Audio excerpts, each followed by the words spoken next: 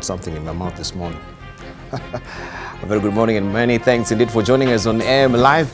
It is the 13th of November 2018 and you bang on time for AM Live. I have with me as always, 6 on the nose. You must have been a very disciplined student. Always was. Always was. It's never really tapered off along the way. Stuck with me. It's stuck with you. Yeah. Good to see you. How are you? Good to see you, Debarl.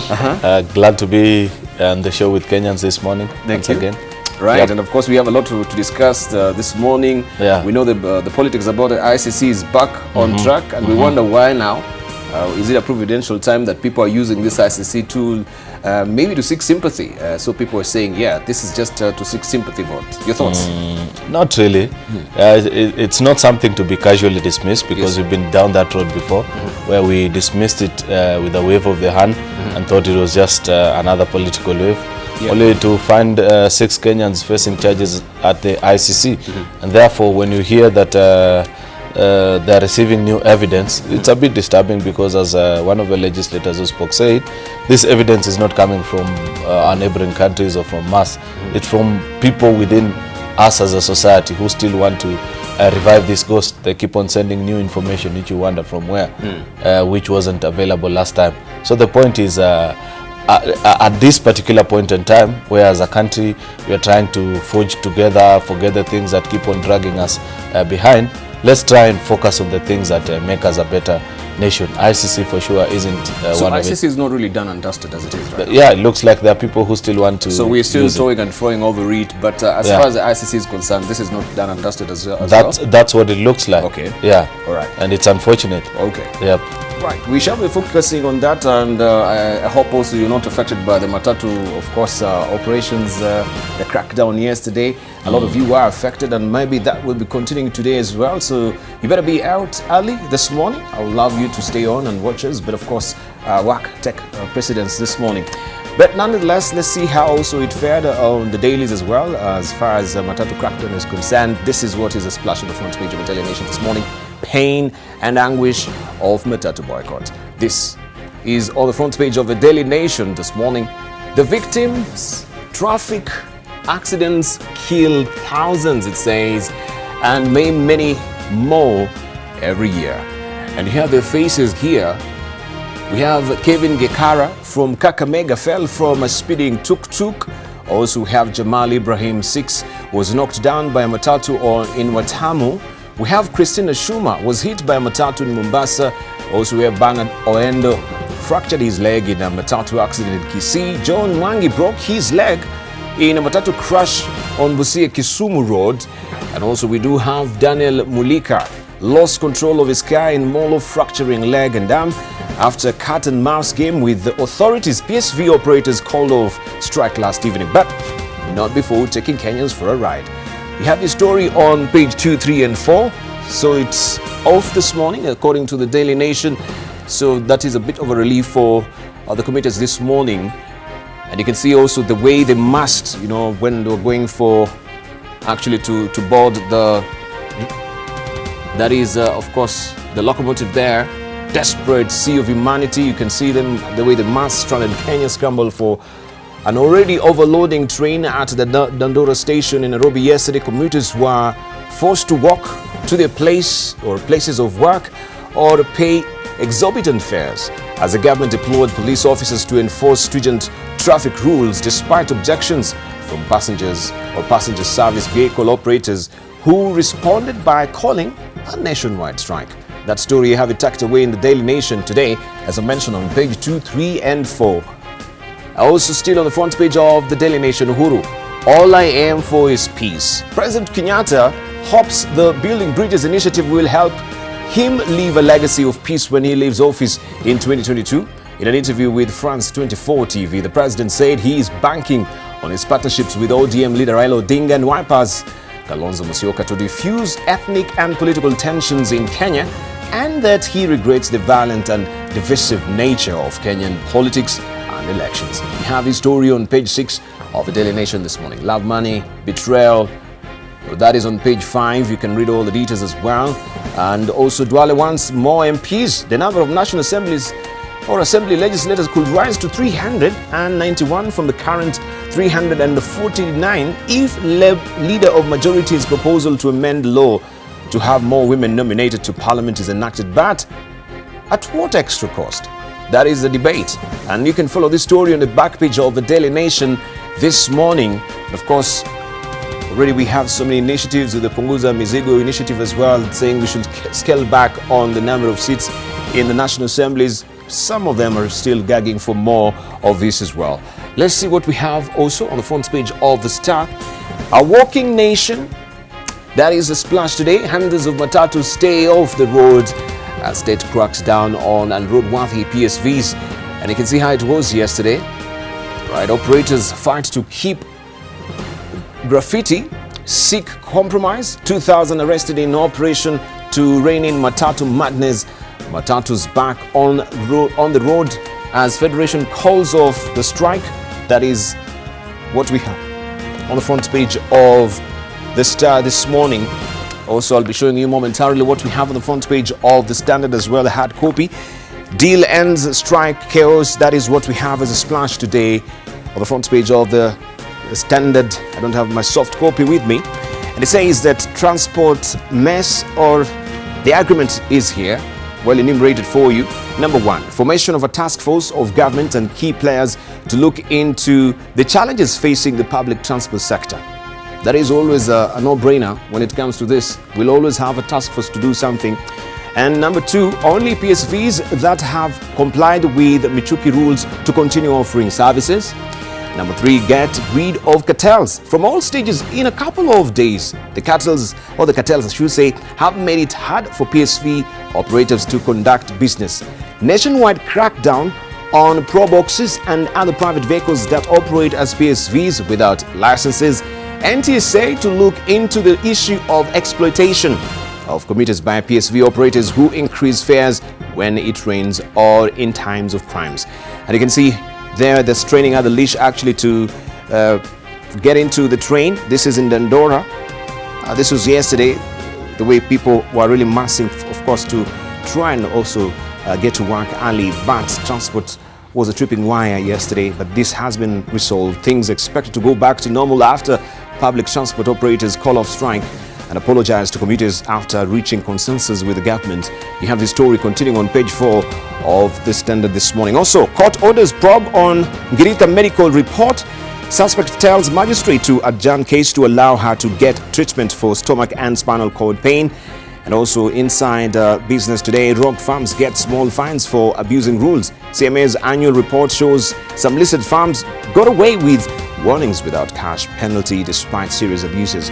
This story on page 32 of the Standard this morning. Let's continue and see what also we do have on the front page of the Business Daily. And this is your splash this morning on the front page of the Business Daily. I'm trying to retrieve that quickly for you. The front page of the Business Daily. This is your splash. Where's the Business Daily? I had it this morning. It's a bit messed up, but let's try and see if we can retrieve that for you. Well, let's just go with the People Daily. Walking against matatu impunity as Kenyans stand with Matiang'i PSV operators. Eat humble pie, call off strike, pledge to embrace Michuki rules. This story on page 4 and 5 and 6 of the People Daily this morning. That is what we have there. Surrender. All Kenyans stand with Matiang'i PSV operators. Eat humble pie, call off strike, pledge to embrace Michuki rules. And you can see also in Mombasa, residents walk to work after crossing the Likoni Channel. Mombasa heading to the Central Business District as matatus went on strike to protest implementation of Michuki rules by police. We have a quote from him. He's saying, that is Matiang'i, let us stop these monkey games where everybody thinks they can get their way around. We all must go back to order and we are not relenting on this matter. Also, we have the Cabinet Secretary of Transport, that is James Macharia. When we have a shortage of PSVs, it is not a license to increase fares. We've noted in some cases fares have been tripled. This is not acceptable. That is what we have on the front page of the People Daily this morning. Also, 74 billion shillings wind power farm yet to bear full fruit. That is a story that you want to follow inside the Business Hub on page 13. Consumers will enjoy cheaper power once Lake Turkana Power Project starts operating at a maximum capacity. Follow that story. Also on page 2, 4 KCSE candidates deregistered as Amina rules bite is another story that you want to follow inside the People Daily. Let me see if I can try and retrieve the Business Daily. I don't know where it's hiding this morning. But nonetheless, I can just show you what we do have on the front page of... I will not relent. Let me just try and see if I can try and get it quickly for you. Business Daily. Nothing doing. Right, let me just show you the hard copy. 5 cash-strapped NSE firms put under watch. The capital markets regulator has called out 5 public listed companies, it says, for operating below the required capital and liquidity limits, demanding that they submit concrete plans to remedy the situation. This story continues on page 4 of the Business Daily this morning. Also, Garissa tycoon's children in fight for property. The children of Garissa tycoon Mahat Kuno Roble have opened a vicious legal battle for control of his business empire, offering insights into the secrets of the multi-billion shilling operation. Some of the tycoon's children have teamed up to sue their brother, Mohammed Mahat Kuno, over his control of the landmark hotel, Almond Resort, a Garissa Bays hotel, regarded as a flagship of the business empire. You can follow the rest of the details there on page 4 of the Business Daily. Also, Taxify little taxis ride without insurance. A number of drivers affiliated to online taxi hailing apps, Taxify and Little, are operating without public service vehicles insurance, putting the lives of riders at risk. That is, the Business Daily has learnt in the latest revelation of the extent of road in the subsector. You can follow the rest of the details on page 4 of the Business Daily. Also on the ticker there, fuel use falls 25%. Motorists cut fuel consumption by a quarter in the first month when Kenya introduced the 8% VAT on petroleum products, eating government taxes. That story on page 6 of the Business Daily. Also 50 billion shillings. That's the digit today. The Treasury seeks to accelerate domestic borrowing with the 50 billion shillings infrastructure bond, the largest such offering since this type of bond was first floated in 2009. That story continues on page 19 of the Business Daily. County boss defends trips. Nakuru Governor Lee Kinyanjui has defended his foreign trips, saying they were donor-funded and aimed at spurring economic development following accusations of money wastage. That story, we have it on page 14 in the Business Daily. Also, horticulture earnings up. Horticulture export earnings rose by a third to hit 104 billion shillings in the first 8 months of 2018 compared to 71.5 billion shillings and during a similar period last year. And that story continues on page 19, I should say, of the Business Daily. Let's continue to see what also we have across the region. We go to Tanzania, where we have the citizen are waiting for us, and this is what you're waking up to this morning. Magufuli issues tough directives on cashews. The president locks out private buyers, raises the price offered to 3,300 shillings per kilogram, that is Tanzanian shillings, and directs the Tanzania Agriculture Development Bank to release funds for the purchase of cashew nuts. This story continues on page 2.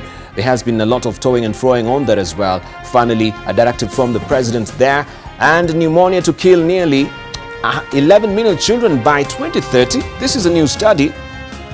While in the developed world, the severe lung infection mainly affects the elderly, in the developing nations, it is children who bear the brunt, with hundreds of thousands dying each year from the easily preventable disease. You have the story continuing on page 4 of the Citizen in Tanzania. Tanzania also may be a related picture of what is the headlining story. John Pombe Magufuli can be seen here addressing senior government officials yesterday at State House, Dar es Salaam, after swearing in 2 ministers, 4 deputy ministers, and their chairperson of the law reforms, or the law reforms, I should say, commission. And we have key highlights. New farm gets price now 3,300 per kilo, up from 1,500 proposed by the disbanded cashews board, and you can read the rest of them also on the front of the Citizen in Tanzania. Crop boards not indispensable, warns John Pombe Magufuli. That story continues on page 2. Still there, we can also cross over and we see what Mwananchi is holding for us, and this is what is on the front page of Mwananchi, still in Tanzania. Maagizo mazito. Atangaza serikali kununua yenyewe korosho kwa wakulima. Akihamishia kituo cha uwekezaji Tanzania ofisi ya waziri mkuu. And the rest also, they are tucked away inside the Mwananchi. You can follow that on page 4 and 5 of Mwananchi today. And still, Mbowe Matiko wawekwa kiporo. That is another story you can follow inside the Mwananchi. In Uganda, the Daily Monitor waits, and this is your splash. School blames fire on expelled students. Hell breaks loose. 11 students killed in school inferno. Teachers, students held. Police report arsonists locked the dormitory's main door with padlocks. This story continues on page 4 and 5 of the Daily Monitor in Uganda, and you can see a related picture how this flames licked the dormitories yesterday. Police officers patrolled the dormitory complex, which fire gutted on Sunday night, claiming 11 lives at St. Bernard Secondary School, Manya, in Rakai district. This is how it went. And yes, the flames really licked up the dormitories, and you can see also the faces of some of the pupils there. These are the deceased. We have Antonio Sekitende, also Brian Sendroya. We have also Remegolos Tamale. We do have Timothy Bukenya, also Shaf Dudio. This is some of the deceased that are actually were burnt down or were burnt inside the school dormitory. A sad story there in Uganda, and this is what is on the front page of the Daily Monitor this morning. Also, city public toilet shortage sparks health crisis is another story you want to follow on page 30 and 31 of the Daily Monitor in Uganda. Bishop Ziwa is new Episcopal Conference head. An opposition candidate in Busia race given government's job. That story continues on page 3 of the Daily Monitor in Uganda. Let's see what is happening in Rwanda. Former Bugesera Islanders revel in new homes lifestyle. This is a story that you want to follow on page 3 of the New Times in Rwanda. And we can see also here First Lady mindset shift key to high uptake of family planning. First Lady Miss Jeanette Kagame addressing delegates at the 5th International Conference on Family Planning luncheon in Kigali yesterday. Mrs. Kagame called for a mindset change to help improve access to family planning services. That story also continues on page 5 of the New Times in Rwanda. Policymakers, experts root for greater access to contraceptives. This is on page 2, and you can see a related picture as well there. And World Bank commends pro-poor effort on page 8 of the New Times in Rwanda. We continue apace, and we see also what the Financial Times is holding for us. Macron attacks nationalism in Armistice Day rebuke to Trump. French president talks of patriotism betrayed. US leader isolated at WW1 events. That is the World War I event. And you can see also a related picture here.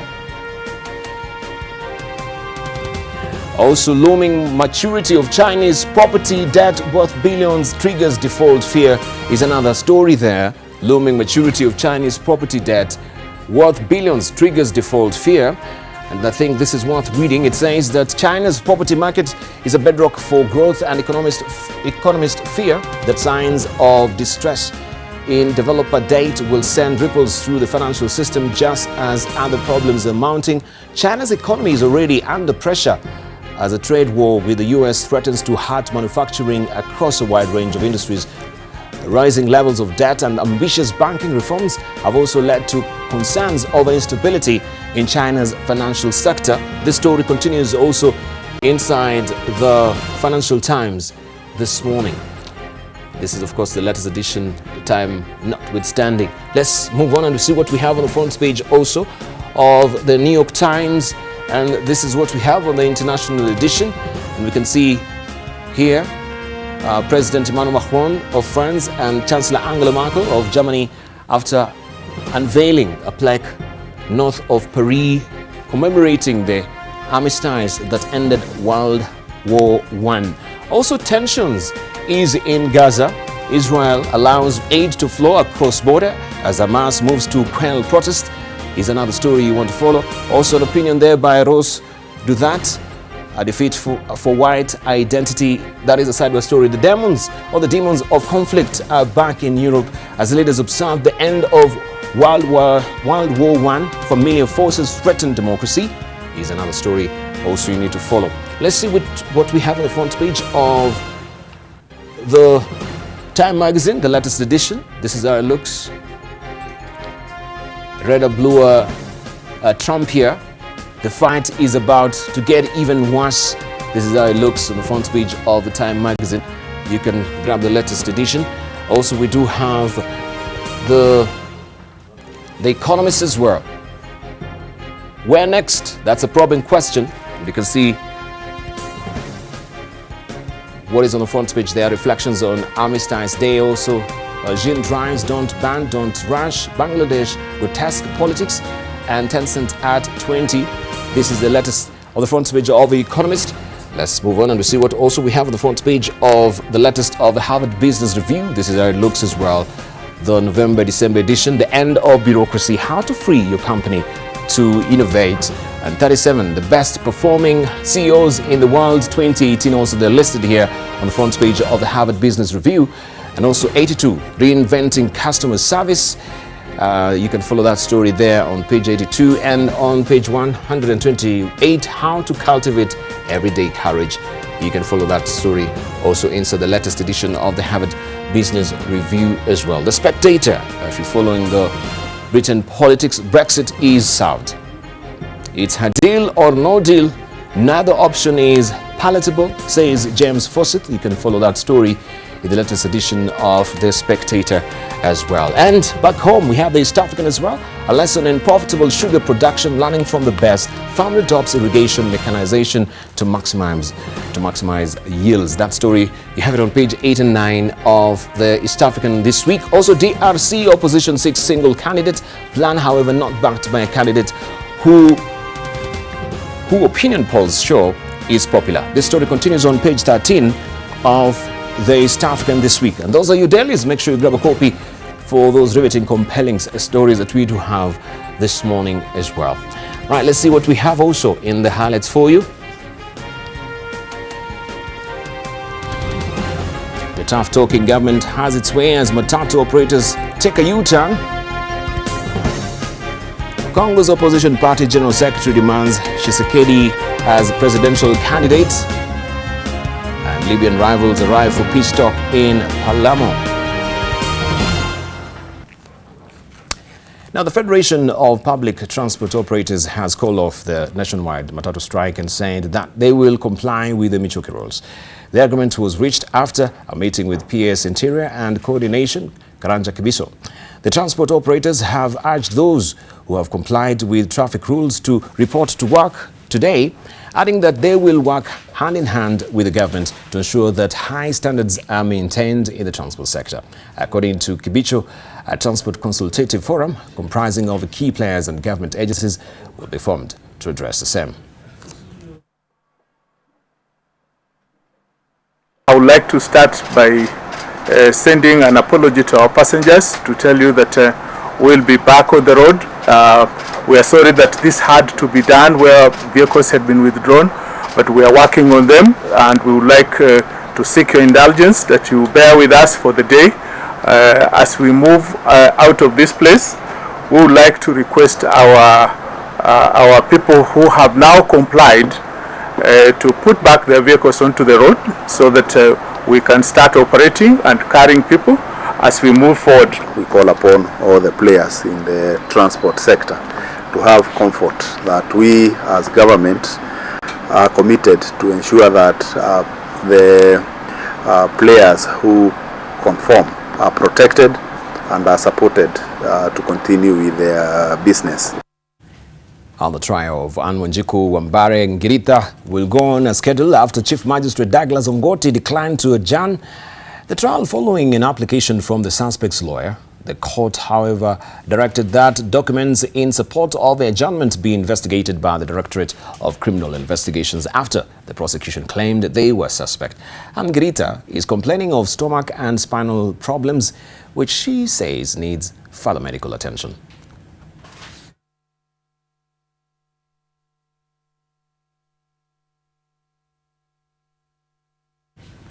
And a week after the government's websites were shut down, outstanding issues between the state and Microsoft that led to the site's closure remain unresolved.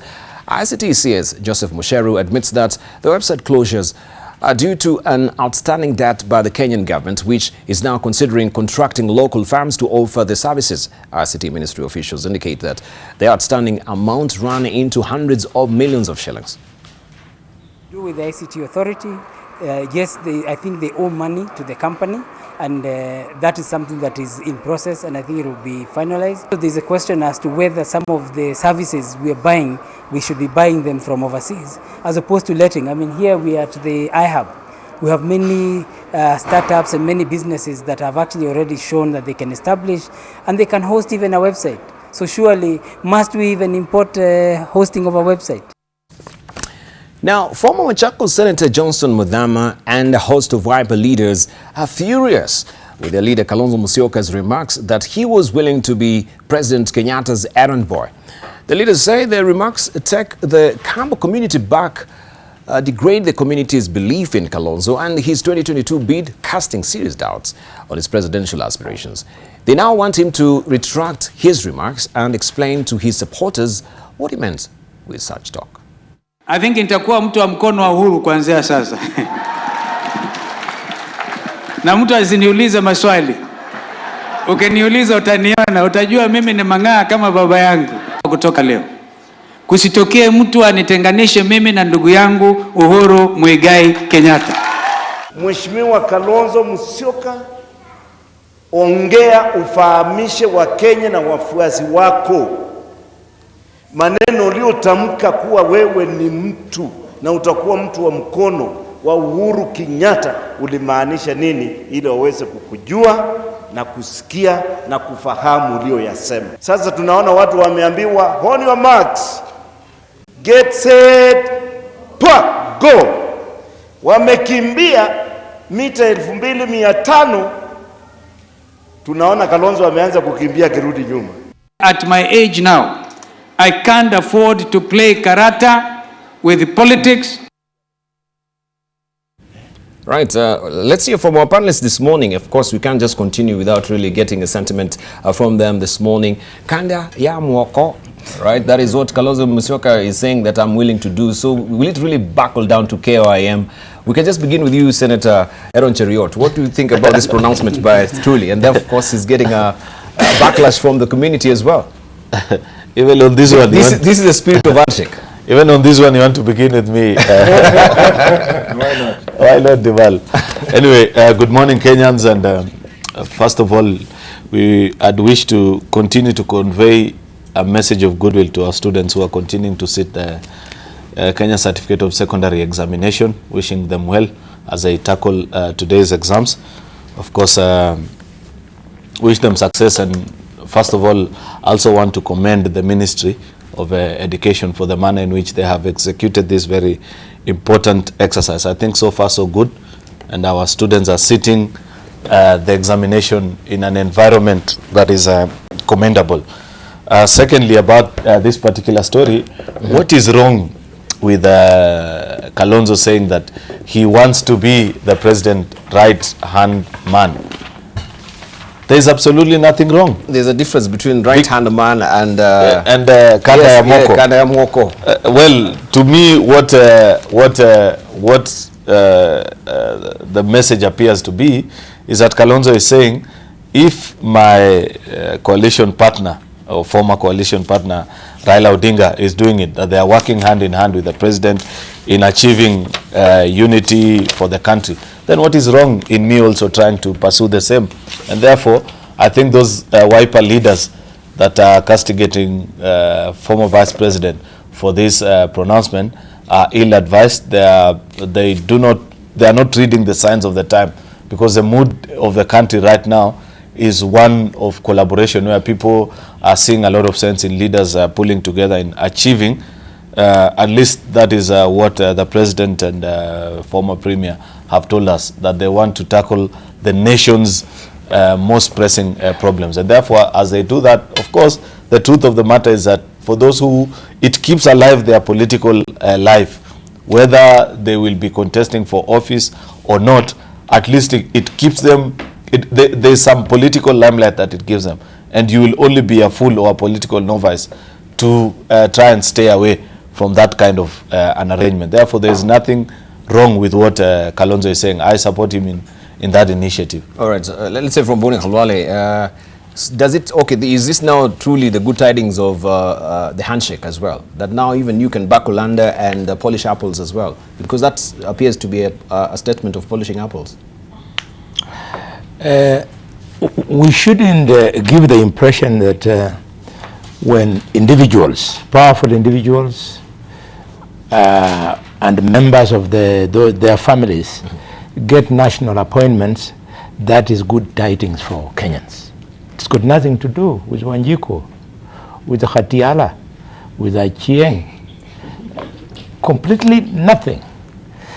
I remember after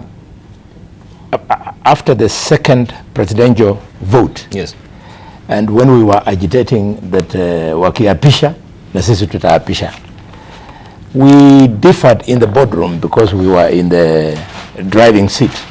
We differed on whether swearing in should go on or not. And in the heat of the moment, we ended up exchanging tweets with Miguna. We were in the same team at that time. And I told him in my tweet that these people are cutting deals. I was at that time privy to that information. And Mituna got so piffed up that he blocked me, that I was now an irritant. Now, it came to pass that then Raila got his opportunity to arrive in Canaan. And at that time, I remember, if Kenyans will go through my tweets, saying that the guy is actually looking for a job. So he got the job. Now, Kalonzo, it has taken a little bit longer, but he's now gotten a job. Kenyans should now realize that our so-called leaders are merely taking positions so as to get personal returns. It is therefore not surprising that Kalonzo and Raila, you heard what Gideon Moi said when he was at Kalonzo's house 1 week ago, that they were waiting for him at Kabarak. So what's happening is that they're trying to create a little level of comfort around Kalonzo, around Raila, so that they package themselves, Kalonzo, Raila, Gideon Moi, and whoever they are going to add there, so that they attempt to amend the constitution for the ruling families to perpetuate themselves one more time. But information also trickling to us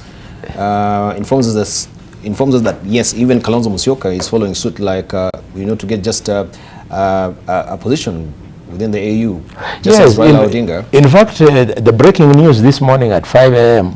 was that Kalonzo has now arrived in Juba. He has now taken up, he was accompanied by CS Juma this morning. He's in Juba. He has taken up his job as the person responsible for monitoring the progress of peace in South Sudan. He has a new security detail as well? Yes, exactly. So the point I wanted to conclude by saying is that some of us appear to be changing our political tune, and people think it is a knee-jerk reaction. But as experienced position who rely on credible information to make informed decisions, we know that there is a grand plan. So as a political confirmation is created to reward these so-called players if they don't come from the political dynasties, so that by rewarding them, they help the political dynasties to perpetuate themselves. And because we have this information that we are accordingly informed, yes, we have changed tact so that even as we are hit because people don't understand what we are doing, we still remain in a position whereby we are going to fight for Mwananchi. Mwananchi is not going to benefit when these people are sharing jobs. So we will do it. We congratulate Kalonzo, we congratulate Raila, we were with them It's good they have gotten jobs.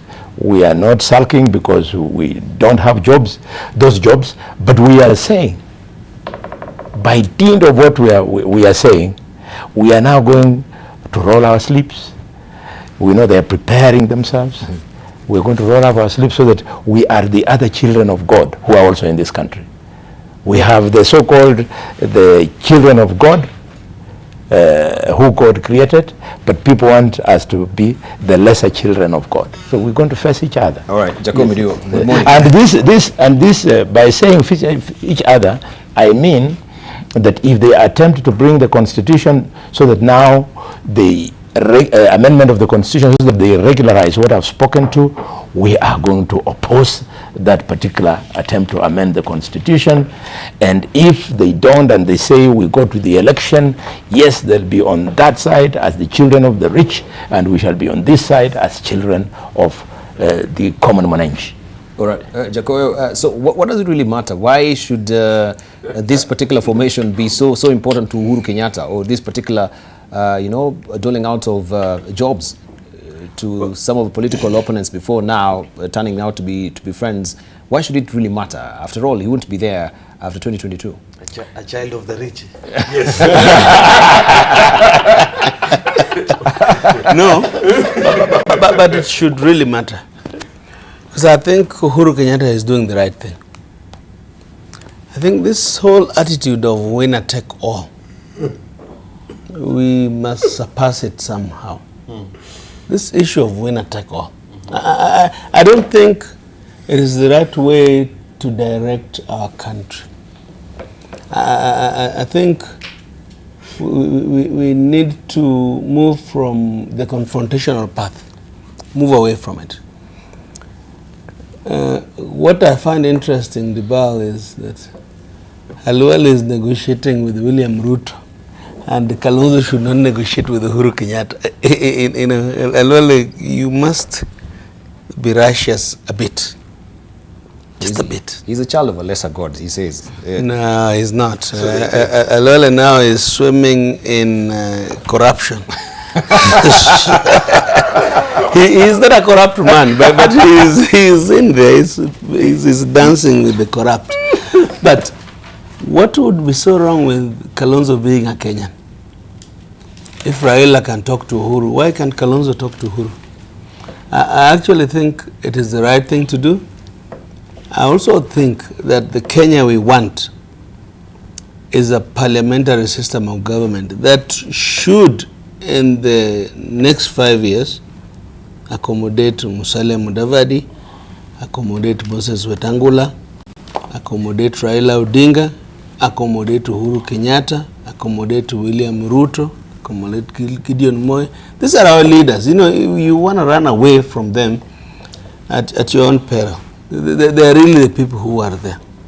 And it should also begin to accommodate the good performing governors like Kivuda Kibwana, Mbeta Oparanya, those ones, so that we can leap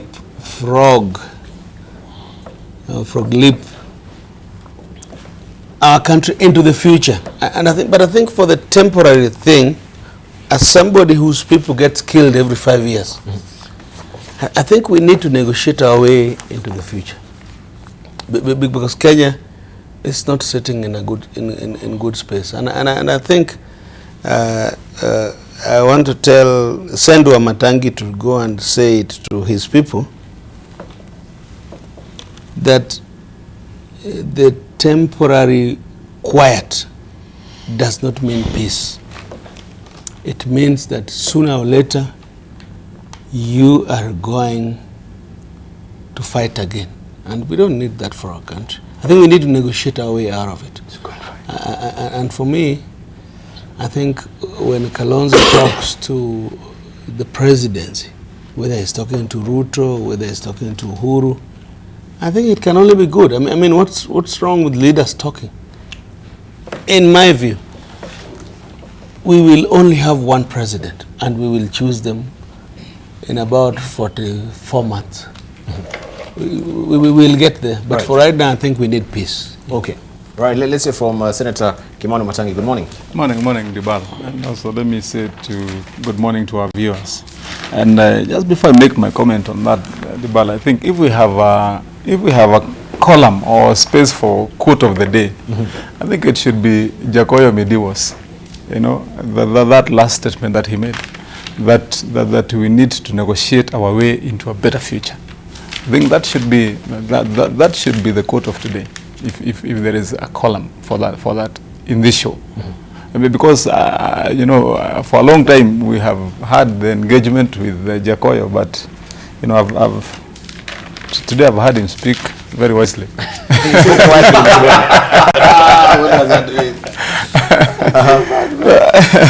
know, Debarl, let me just say one or two quick things very quickly on what on that Kalonzo story. One, you know, as a Kikuyu, I can tell you a few things about the coining of this term, KYM, Kadayamoko. Yeah. I mean, because people don't seem to really understand it very well. I mean, because you know, this term was coined. First, let me explain to our viewers the meaning of the name Kanda. Kanda means guy, but not really just a normal guy. It means a sly guy.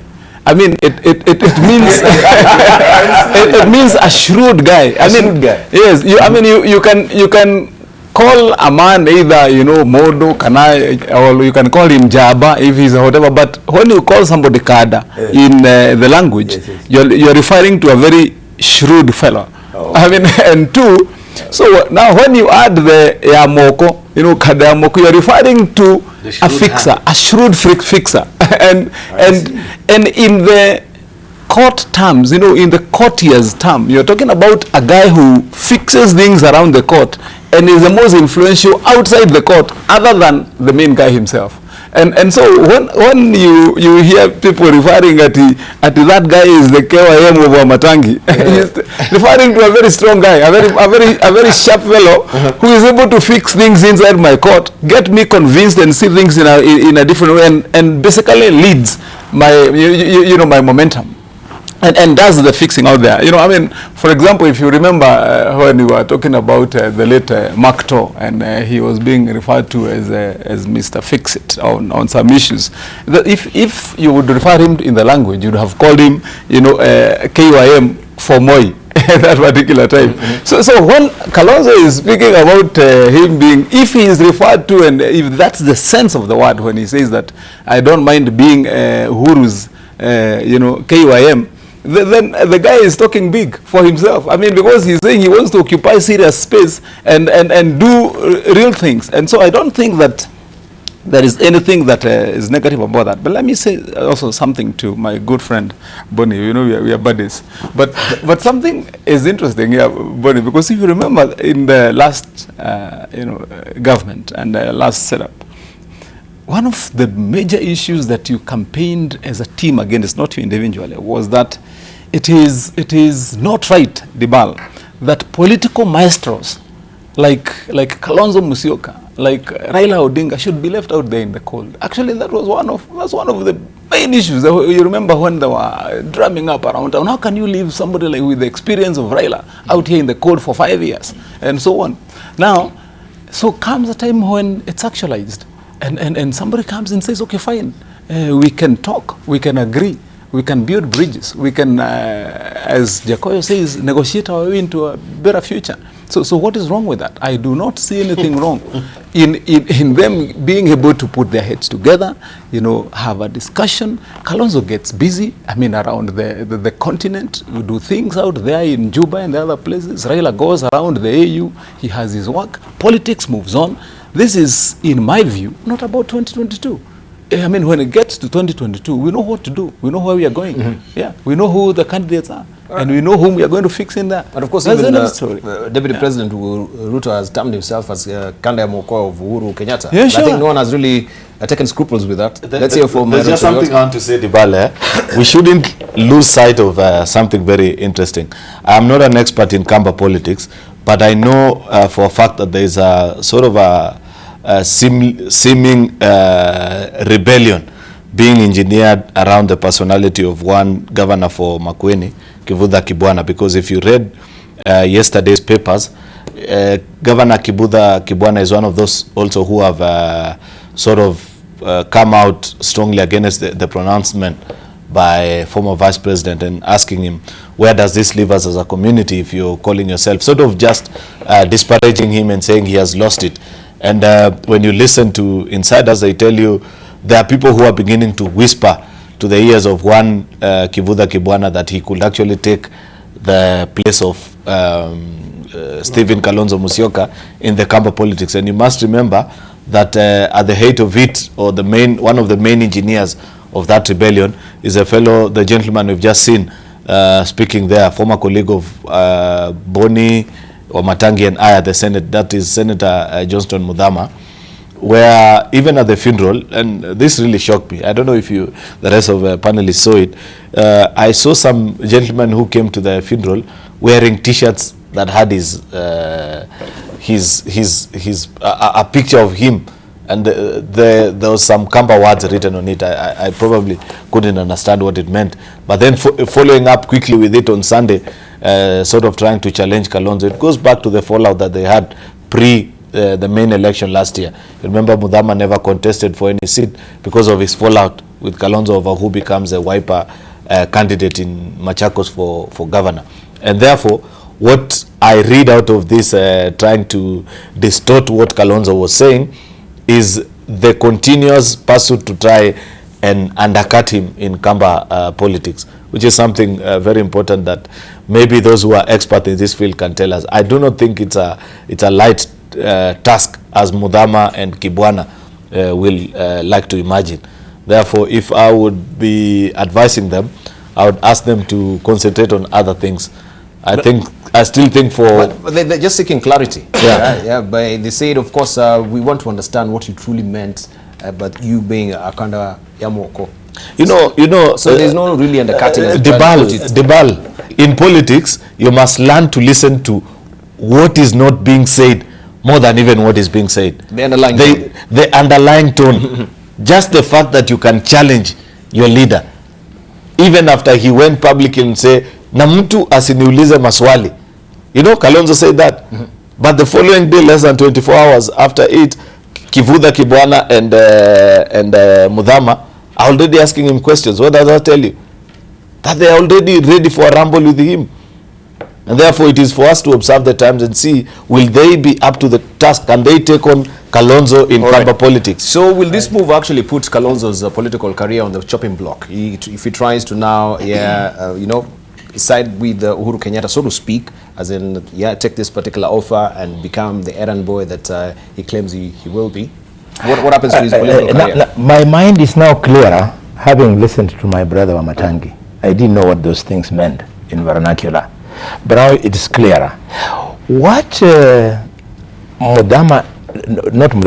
what Kalonzo is doing and what he has said is in no way different from what Raila did and said at the height of the handshake.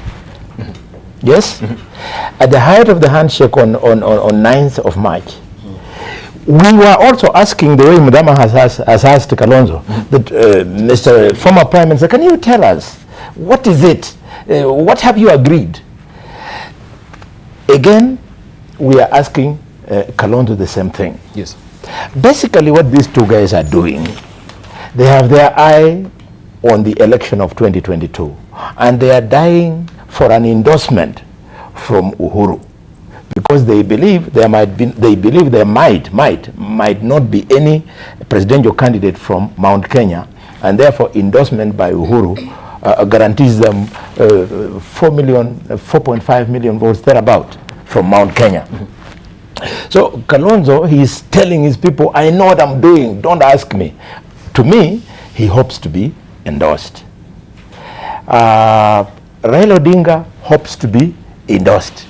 These little things we have been seeing him doing around the Mount Kenya community functions reveals what I'm talking about. I am afraid that the other two co-principals, Wetangula and Mudavadi, seem not to be smelling the coffee. But they're smelling the chicken, maybe. Because see that editorial cartoon there. They cannot fail to do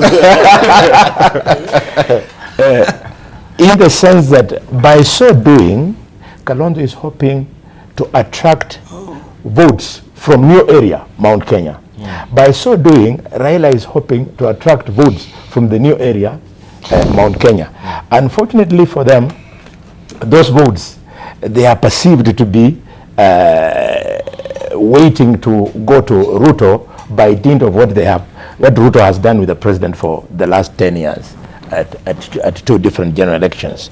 So I want to urge my two brothers, Tangula and Mudavadi, to also smell the coffee and also make their own friends. I hope they are not going to declare that watakuwa watu wa mkono wa Uhuru in the process. There's one point I want to make. I want you to comment on that cartoon before you make your own comment as well. Is over here. So you're saying who is next actually will cross over this particular door? Yeah.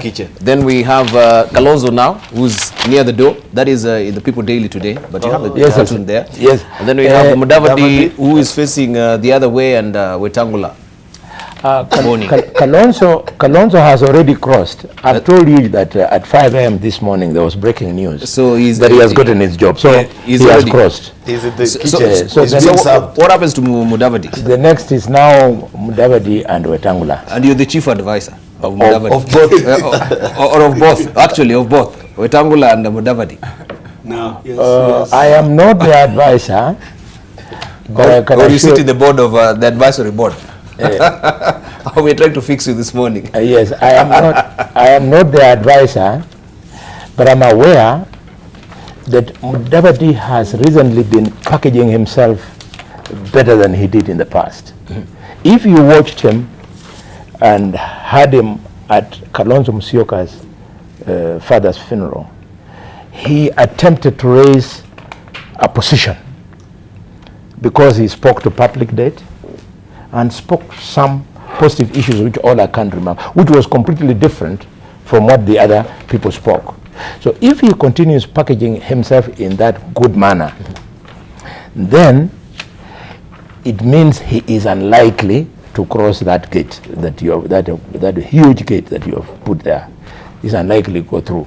Wetangula will not. He will not. I know him. I'm his deputy.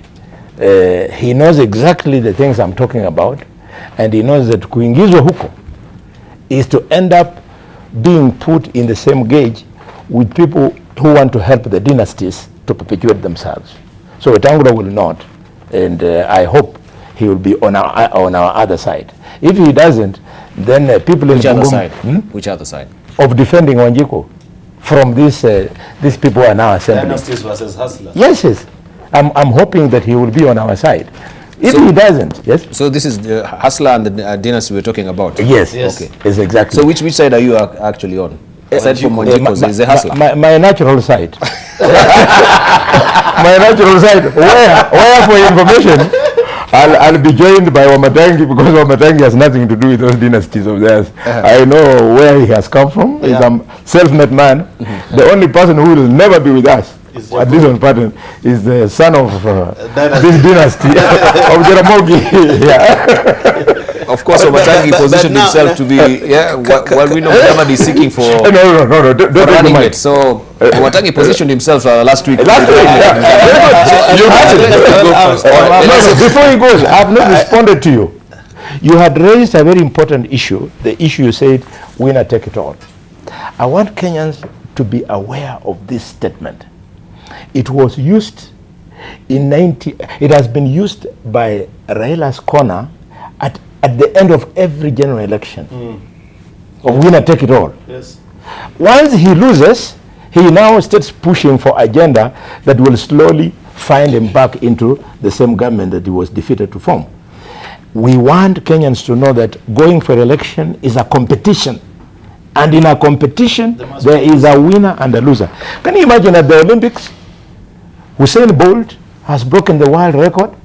He wants to take his medal, and you say, no, he defeated me. We have to change so that we share this medal of the winner of the fastest man in the world. That's what you are telling us. So that is not democracy, is your own manenos. And Wamatangi, with due respect, please understand us. You don't know us, the ones who have been in the, who are still in the trenches. The reason why we were talking about inclusivity, we were not looking for jobs for Raila and Kalonzo and Mudavadi and Wetangula. We were speaking to inclusivity to mean that the constitution must be exercised, where it provides that affirmative action should be practiced so as to include all regions, so as to include all communities, so as to include gender. All right, Jacobi Dio. I think you are over entertaining Boni Halwale, because I've been here when I've heard Boni talk, and today is sounding a bit ridiculous. Boni, let me tell you, yes, what I am telling you has nothing to do with the so-called dynasty. After all, if dynasty was so was not important, Raila would never have been in prison for 9 years. He freed you. Raila has freed you. This thing you are enjoying now, the freedom you're enjoying today, was because of their sweat. Last week I heard you talk about Kenyatta, that he was just a carpenter. Yeah, he was a carpenter, but he was also, he freed us from the Mzungu. You know, sometimes it's always good, just appreciate a little bit. Appreciate just one bit. If you don't appreciate Raila as a freedom fighter and as a Pan-Africanist, I don't think we will have no reference in our memory as a people. The same way they appreciate the JFK, the same way the George Washington, you know, those people. I was not in the same campaign team with you, and I feel very disappointed that you don't have a platform. I feel very bad that Hassan Omar doesn't have a platform. I feel very bad that we have a system that excludes Martha Karua, Peter Kenneth, all these people, without appreciating them. I think we could find space for all of us, in my view, and I think you must, in your support for William Samoei, please also figure out that the rest of us exist. You know, I know you really make the senator here from Kericha very happy when you are a sycophant. But what is it? What are we appreciating him for? Why are we not? Why is Paul Muite? Why is all these other people? You know, there are people that Kenyans can actually kneel down to pray for God to protect. For you, you are looking for power. And that power we shall never give you. Trust me. You tell us that you shall rule us until 2032. We will make sure that you go home. And for you, I want to tell you as a friend that I really wish you have a place in this movement so that you can protect Wanjiku, because that is what we have always done you. But I know for a man of your caliber to stand up and question Dolphin Hotel, to stand up and question choppers, to stand up and question a building, I mean a house of 1-point-something billion shillings, and then all of a sudden just turn around and think we are not watching you. We are watching you because you are better than that. You know. Right of response. You get right of response. He will get it. Let's hear from. This debate must be controlled. Because Yeah, okay. Yes. Let's hear from. It is not really about Boni Halwale Yes. and Jacob Midio. Neither is it about Fantastic. Chariot. We won. It's Chariot. Let's hear from Chariot. It is my opportunity, and then when you has come, you also got to have views. It's you then me. Yes. Oh yeah, you're right. Actually, it is very. it is no. It's It's money. it's fine. sure. You're So, right. You're right. so the discussion, Debarl, cannot be narrowed down to Jacob Midio and Boni Halwale and their different political views, because these are different political views really, and we have also to appreciate the dynamism of opinion, Right. and scope. Would you allow me to just butt in when we circle back? We continue with you. We take a short break right now. Fine, Right. Let's fine. take a station break right now. When we come back from the station break, we continue the conversation. Also, the debate about ICC is coming to the fore. What is it all about? Right. We hear also from our panelists today with that new development, as well as far as the Kenyan politics is concerned. Don't go away. Much more coming up.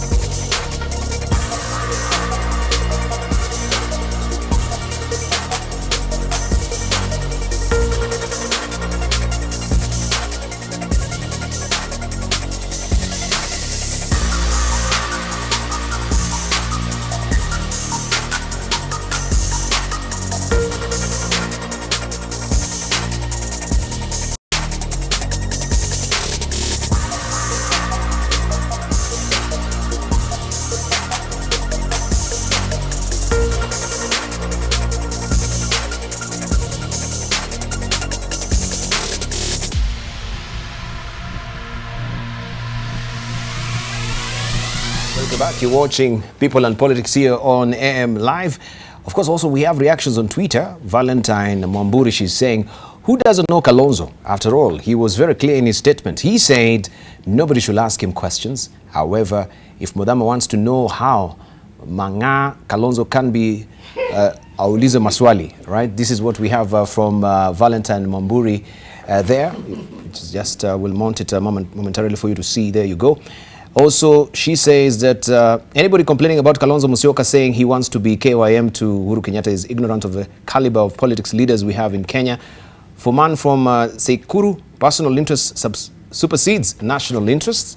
Also, Kennedy Omogi saying let leaders work together. Nothing wrong in working together. Beng Charlie saying about Kenya negotiating its collective future. A round of applause for Jacob Midiwo. Also, Benedict Siano is saying Stephen Kalonzo Musyoka should clearly tell the Kamba community what benefits will his alliance with Uhuru bring. Remember, he's the kingpin of the Kamba politics as well. Your reactions here on Twitter, we'll continue to sample them, of course, in the course of the program. But for now, we circle back with Kimano Matangi. Hope you've not lost your track of thought as well. Well, I almost did. You almost did.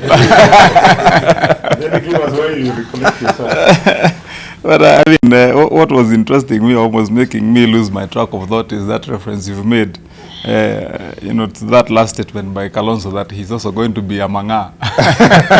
Not be Valentine. like his dad. And I hope manga in the right sense. I mean, because if it is manga for his own benefit, then it certainly doesn't serve the Kamba people. But Debarl, quickly on that one, I think we also need to really, for the sake of posterity and a better future for this country, that we also don't have to be baying for blood as followers of politicians all the time. That we are only happy and praise people when we know that they are in the opposition and throwing rocks and stones at government. Okay, it's definitely there has to be criticizers of systems. I mean, there has to be an opposition, that is granted. I mean, you definitely can't have a behemoth of song singers heading to only one direction where any disagreement is not allowed. And for that matter, that is why we have also to support those who positively criticize all the time any system that is there. But also to seem to foment and support that mentality that all the time when we are working at cross purposes, then we seem to be doing good politics. I think that's something that we need to point out very clearly, even to our viewers, that yes, for a time like now, when we have done with our elections, and now it is a period in between we go to another election, when then we should hold governments to account on the promises that they have made.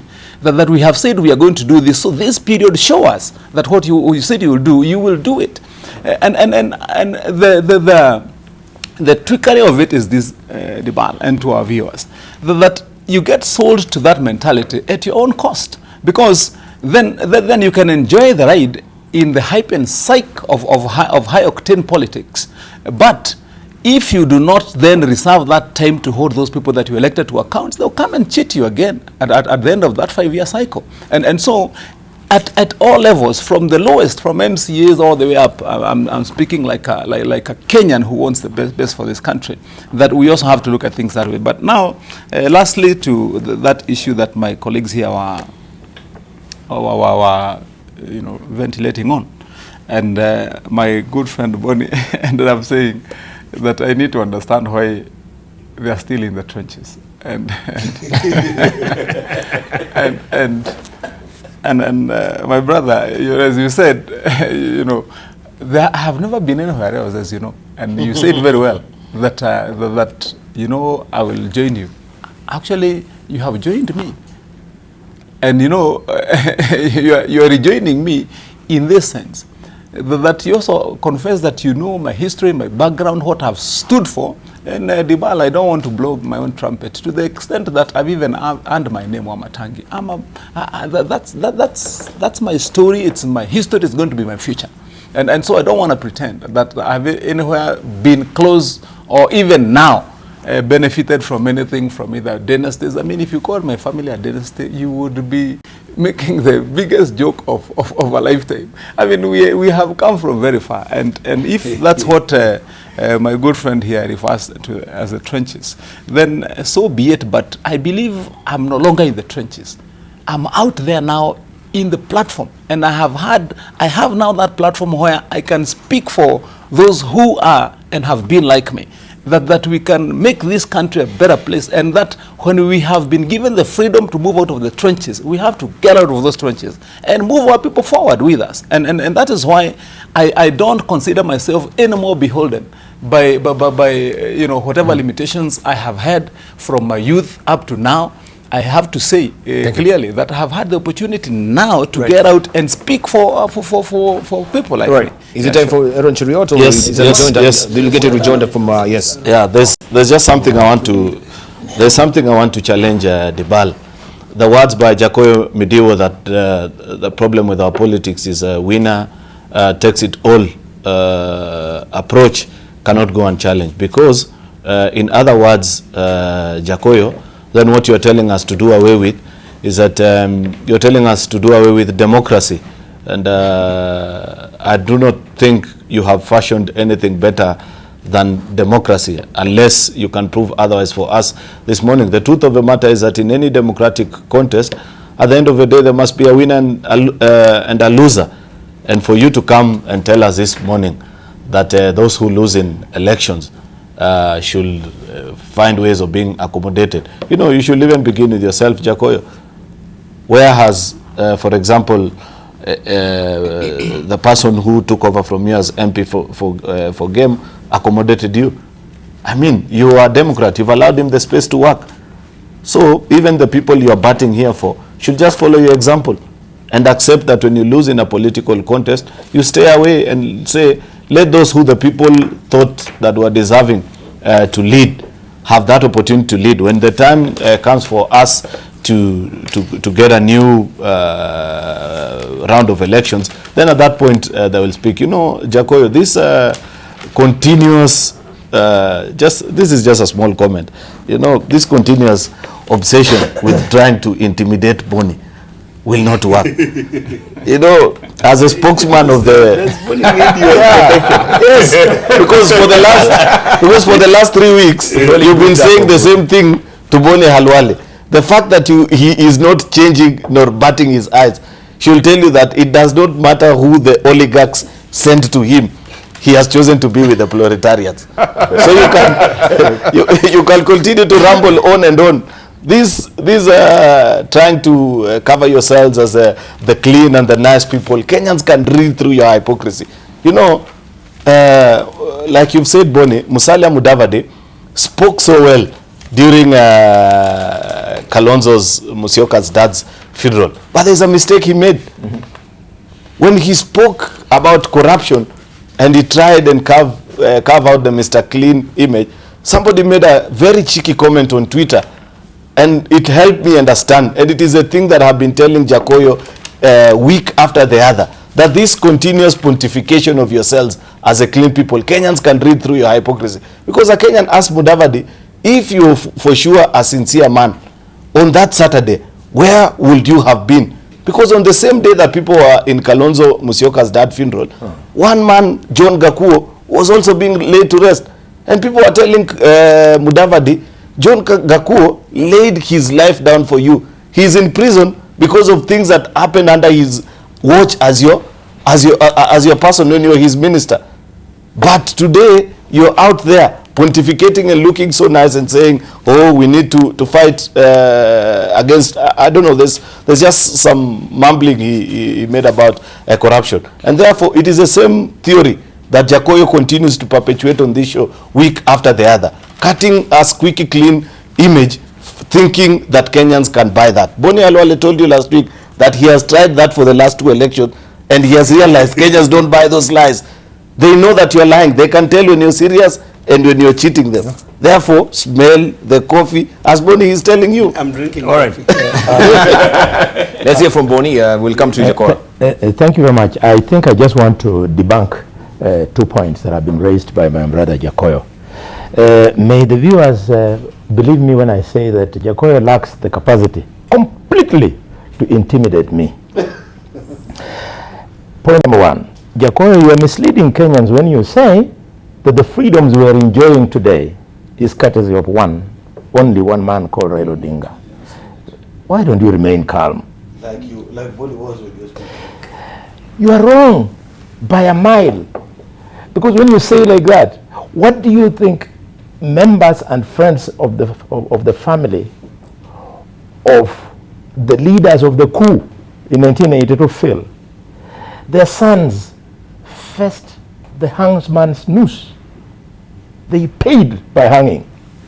2, Titus Adongusi, our student leader, he paid with his life. 3, Dr. Ogego was jailed for 6 years. 4, many Kenyans were shot on that day.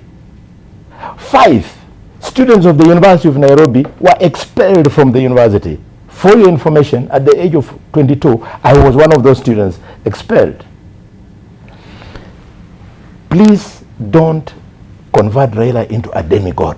He played his role and we say thank you very much. But the others who played their role, please acknowledge them. The second point you're making of Ruto, the dirty man.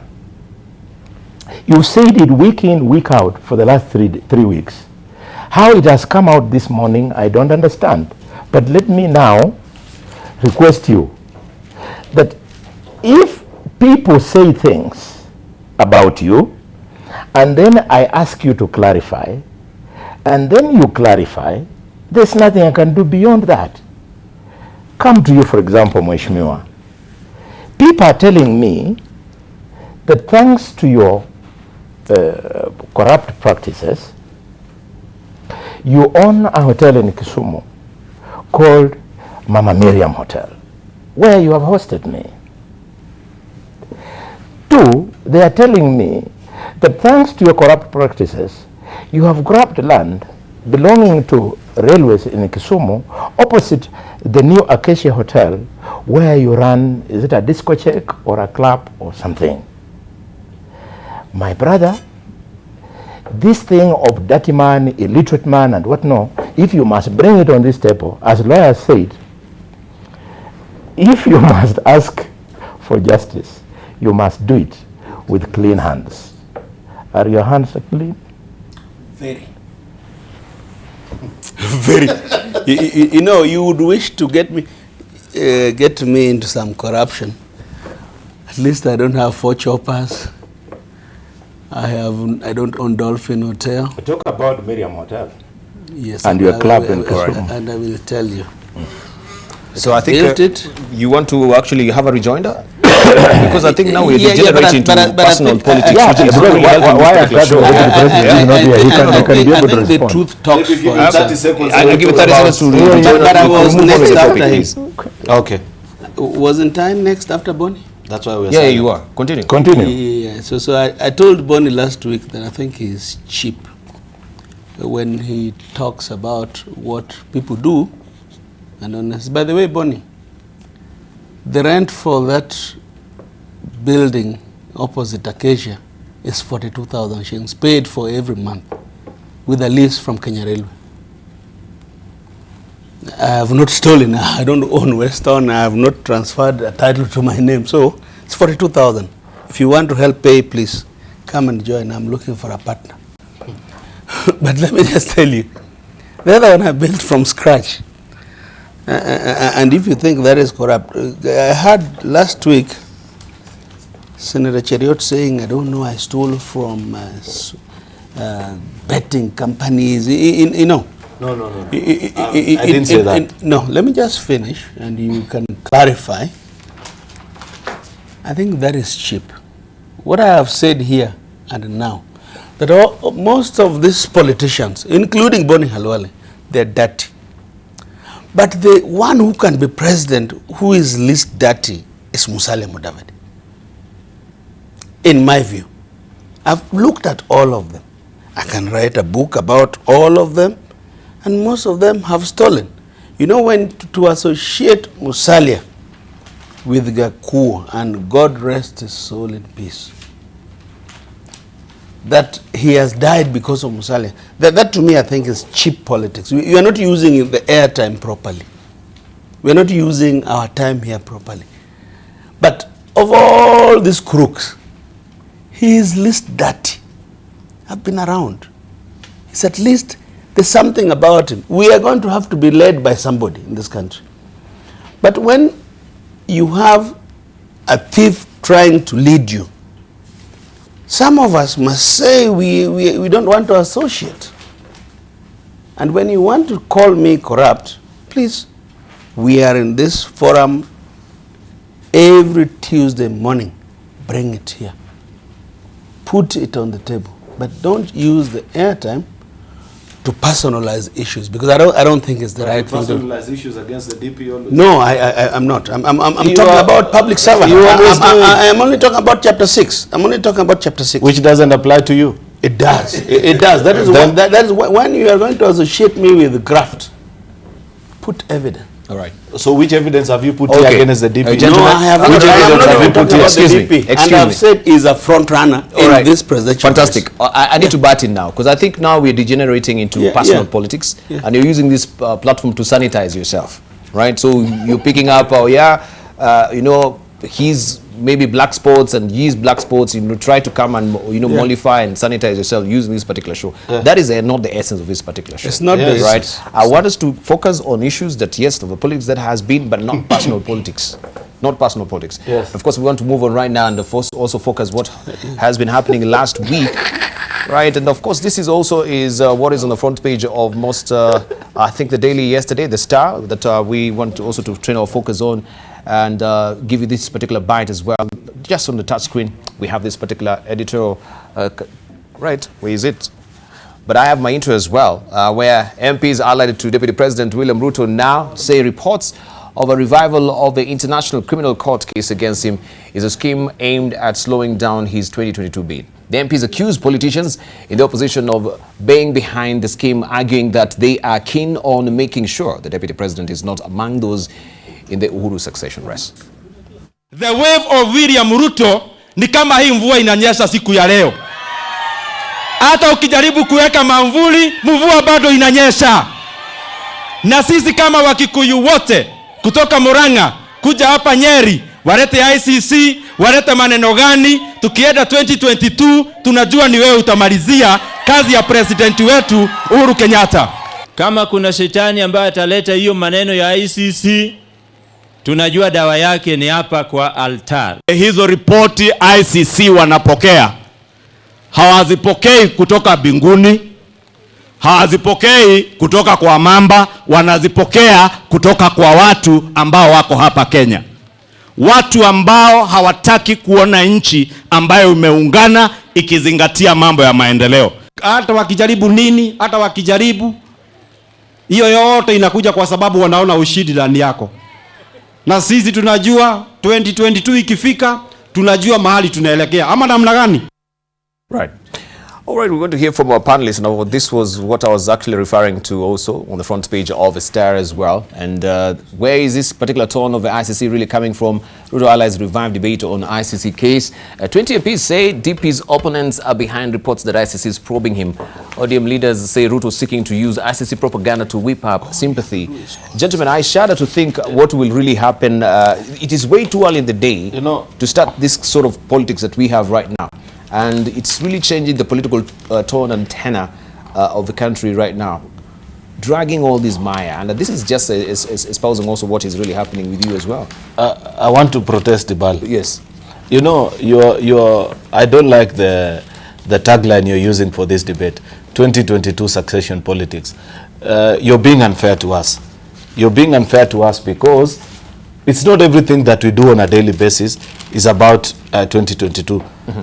I mean, surely, if at this point in time, the ICC has given a communication that they are continuing to receive evidence from the Republic of Kenya with regards to the previous, the collapsed ICC case, aren't we entitled as a people of Kenya, and more so as leaders, to speak about it? And therefore, when we speak about it, it has absolutely nothing to do with 2022.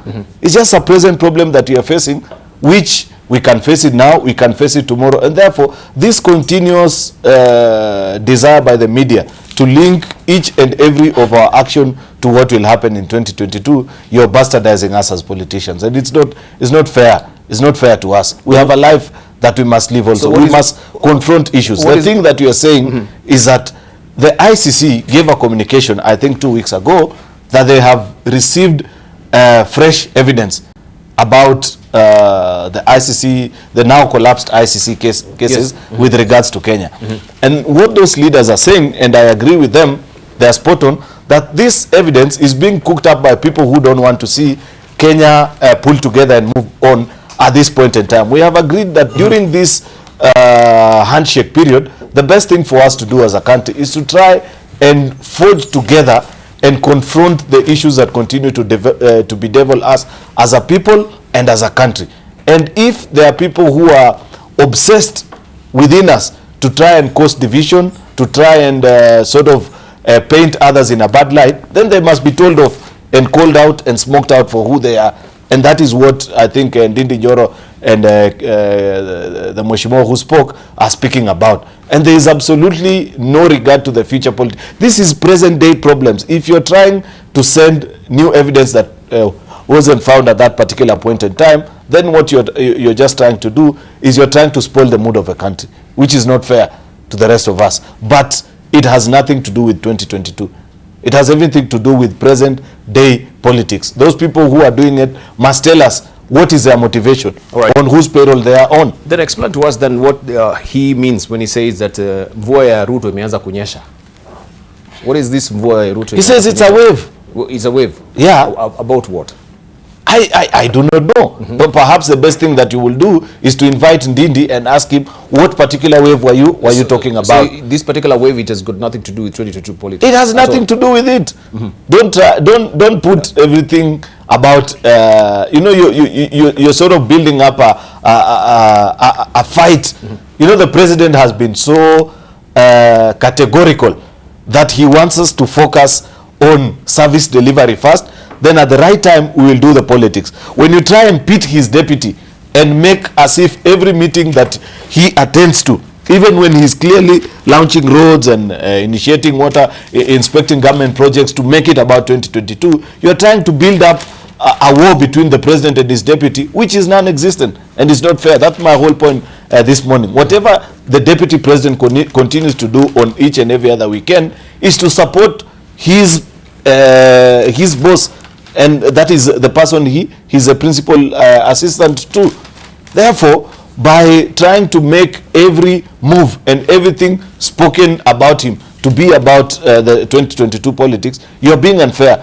You're creating a collision where there is none. Right. But I think also it's also fair that then again, we should not be speaking from both sides of the mouth. Because when you go to this particular podium, we hear also Kalonzo, not Kalonzo, but Khalwale also saying, I want even to actually implore Musalia Mudavadi to join, right, people who are winning in 2022.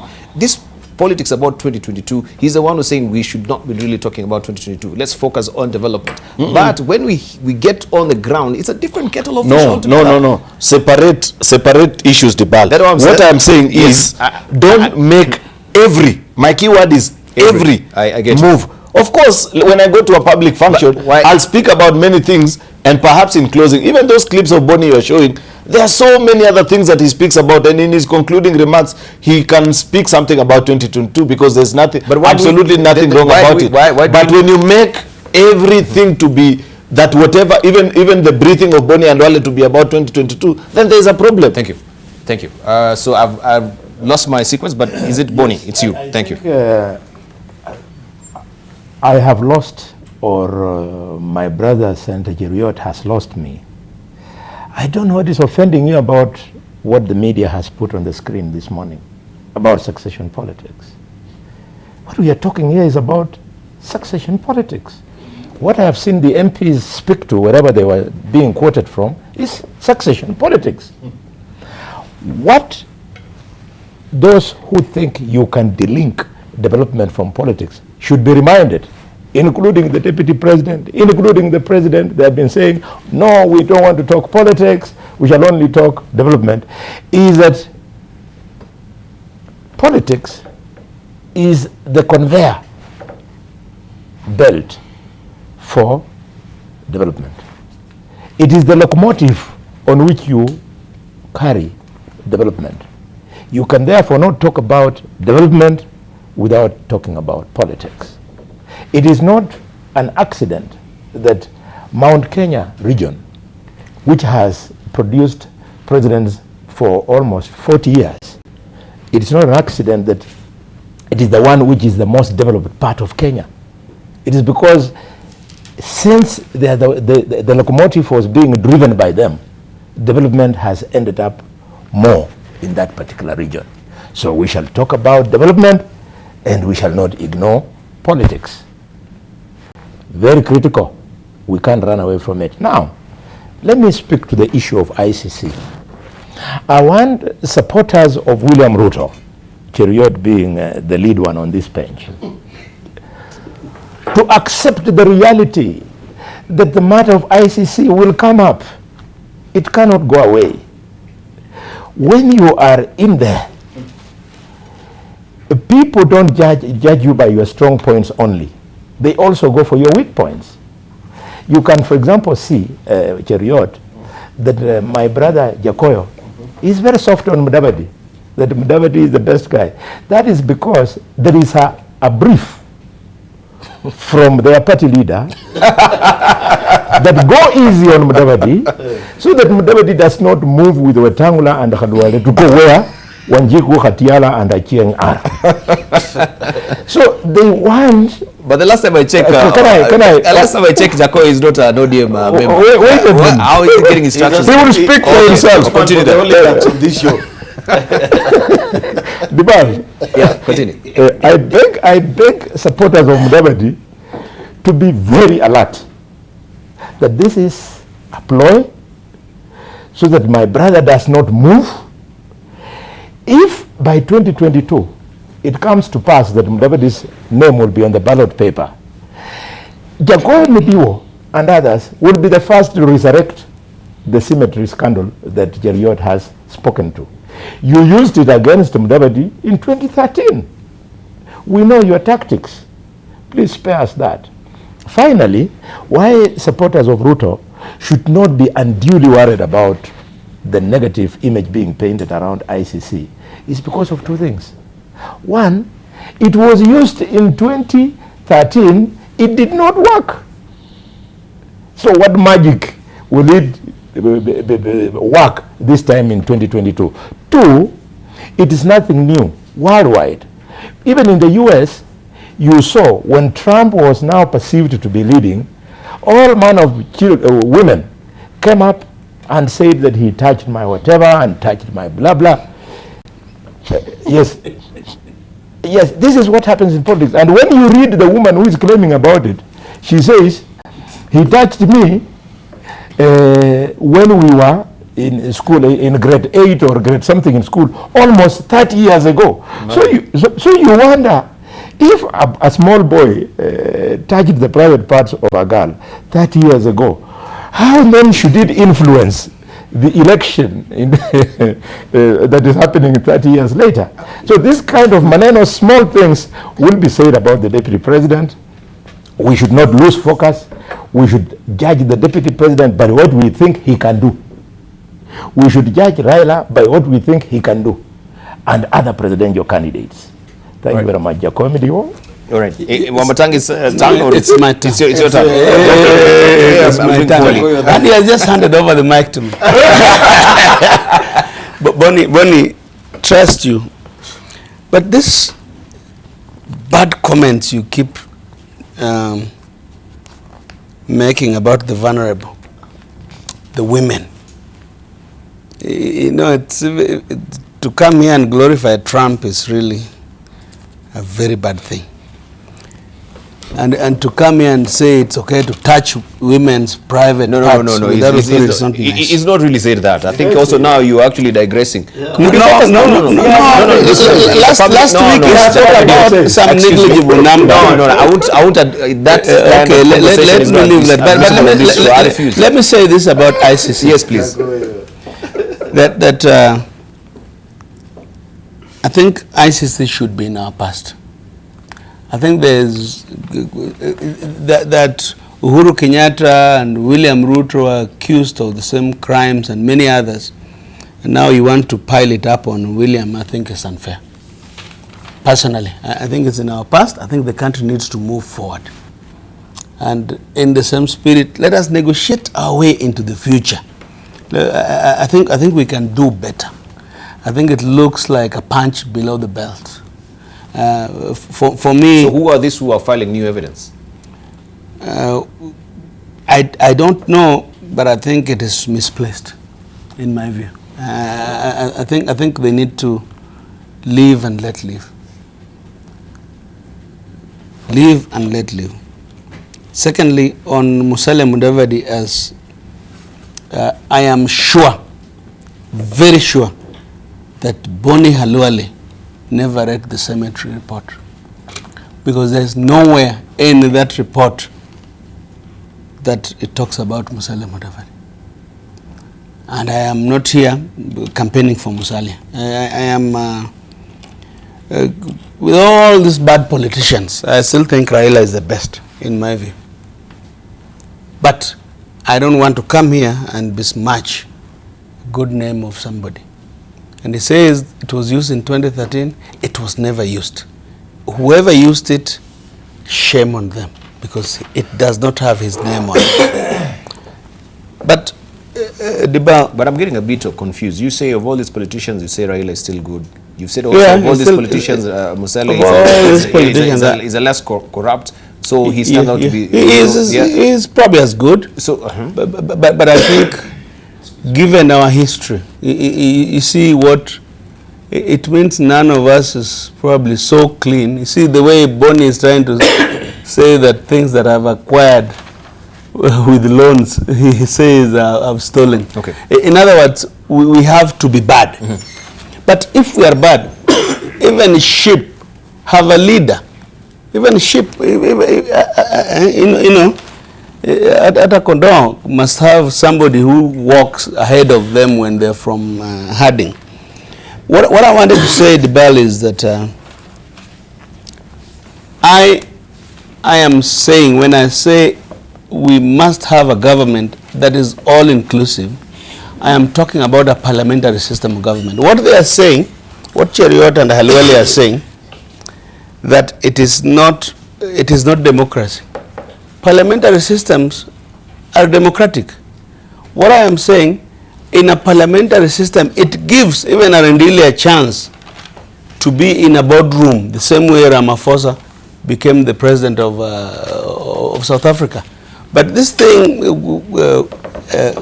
that you're saying winner takes all, and the winner must use IEBC, which is a failed organization, and the winner must use intelligence, and the winner must use dubious means just because the winner has money.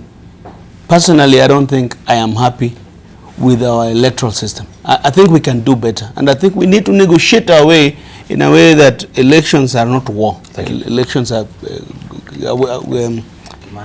yeah. Right, let's say from Kimani Wamatangi, then we close over on that particular chapter. And we look at what is also on the at the back page of the Daily Nation. Talking of women as well, Dwala pushes for more women in parliament. So he wants also to increase the number from what it is right now to 391. But let's see from Kimani Wamatangi, briefly. You know, Debarl, when I was away 2 weeks ago. Yes. And I think by some twist of fate, one of our panelists, that is Otiende Amolo, happened to have sat where I sit here. And then when we met out here, and he was saying hi to me, so he told me, "No, now I've understood how you suffer."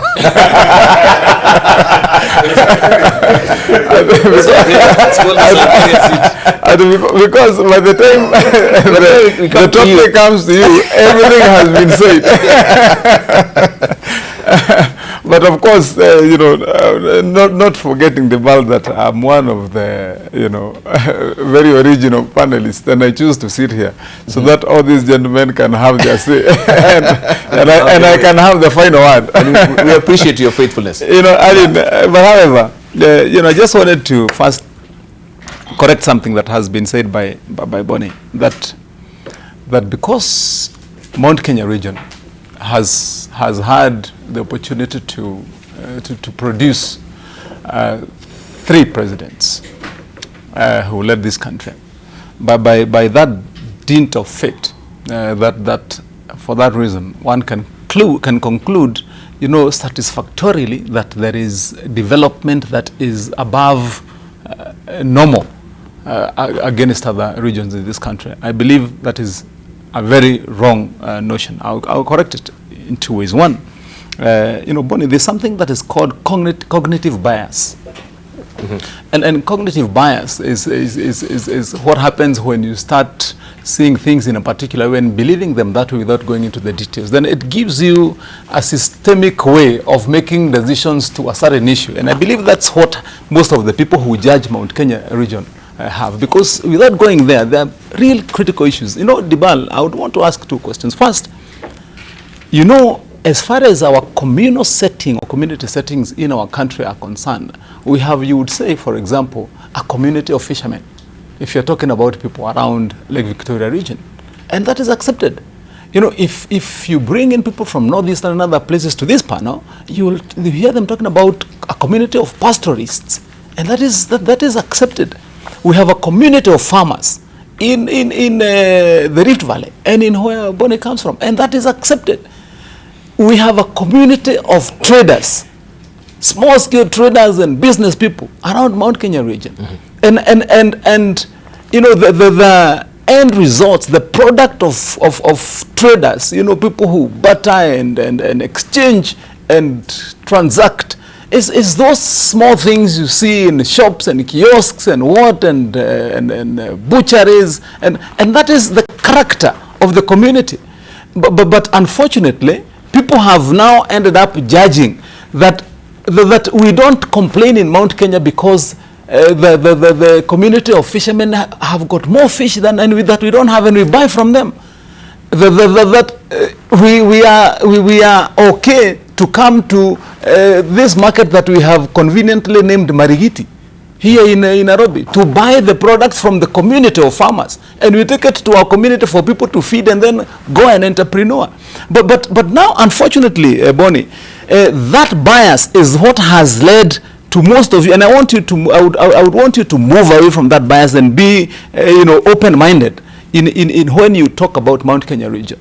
We are a community that is in dire need of development, just like everybody else. I would want to take you to a tour. I remember we went with you sometimes to Kiambu, and when we went around, I'm sure what you saw is not bliss all over. Unfortunately, we have had this misnomer in our thinking of that when you see somebody with a shop, you think that he's having the best of his life, and you're forgetting that in your own region of Ikolomani, that your next door neighbor has got 10 acres where he keeps 5 bulls that you go to fight, and so on.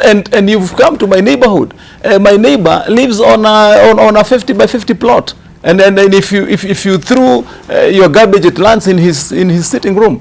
I mean, those are some of the realities we live in. So I just wanted to correct that, Nene. But then on this other issue, and that's just one point. Debarl took some time to look at the history of some of our presidents.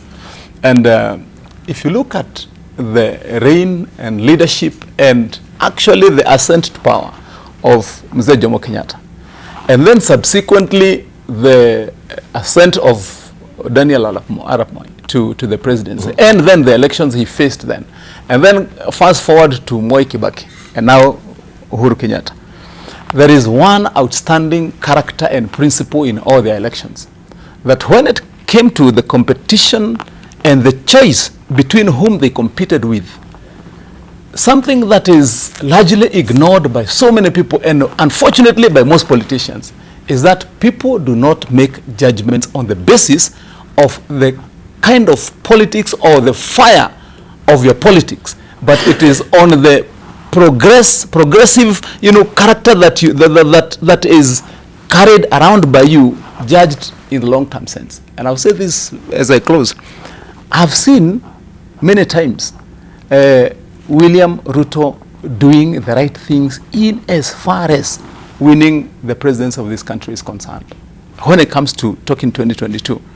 And I would want to challenge all of us. Look at, for example, all the opponents that Uhuru Kenyatta has faced when he was facing the 2 elections, that Moi Kibaki faced, and even sometimes even Moi. Remember in 1992, when we went to that election, in 1997, when Moi won. It is not entirely how fiery you are, or how vocal you are, or how noisy you are in politics. People subtly, quietly make judgment on our politicians by the actions and what you have done in the long term, in as far as you represent progress.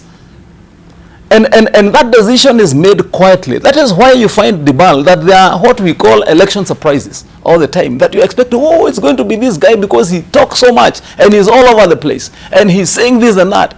I have seen, and that's why I want to finalize by saying what Senator Cheriot said in those final notes, which is the correct thing, that if you see most of the activities that the Deputy President has been involving himself in, is really about progress. Is about building the nation. Is about commissioning roads. Is about progressive issues. And on that one, I would say that is where he is spot on. And then I would want to say to all of us politicians who are around the entire circle that we don't do either of our support, the people we support, any good. Thank you. But by overhyping the politics, let's portray our candidates as candidates who represent progress, but not vain politics. Thank you. Thank you. Thank you very much. And back page of the Daily Nation today is talking about Duale pushing for more women in Parliament. That is what we have at the back page of the Daily Nation, but also in front there, Duale wants more MPs. The number of National Assembly legislators could rise to 391 from the current 349 if leaders of majorities' proposal to amend the law to have more women nominated to Parliament is enacted. But at what extra cost? That is the probing question. And we have that story well fleshed out for you on the back page of the Daily Nation today. What do you think about this particular move by Duale? In light of what we are fighting, Punguza Mizigo, of course, also the number of the bloated assembly that we do have right now. Well, to be honest, Debarl, I do not agree with this move by Eden Duale.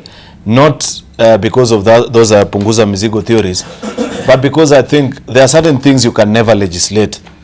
Change of culture is not one of these things. Kenya, I think this is one of the most poorly thought out phrases that were included in our constitution. Because if it is about representation and oversight and legislature, the work of members of parliament primarily do, and if it's one is being voted into office purely just because you're a woman, then women have got more majority of the votes in this country. They constitute about 54 to 56% of the voting bloc. They are more than men. Of course, then it goes without saying that if they felt that there are certain things that can only be properly articulated or represented or oversighted specifically by women, then they have the chance to vote in fellow women. But the fact that we are trying to force a certain representation, this 2/3 gender rule, what is the basis for? Even the most mature of and oldest of established democracies, they do not have such legislations in place.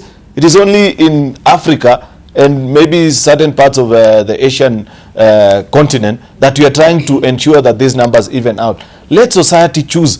If at one particular point the society will grow to a realization that women are better legislators than men, they will do the right thing by voting them in.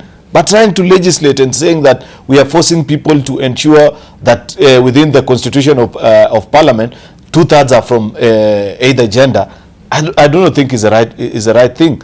Let nature take its course. When the country will have matured to a level of considering one gender to be better than the other, then they will vote in. Right. I think what we should be advocating for is better quality of leaders. This is absolutely not a function of gender.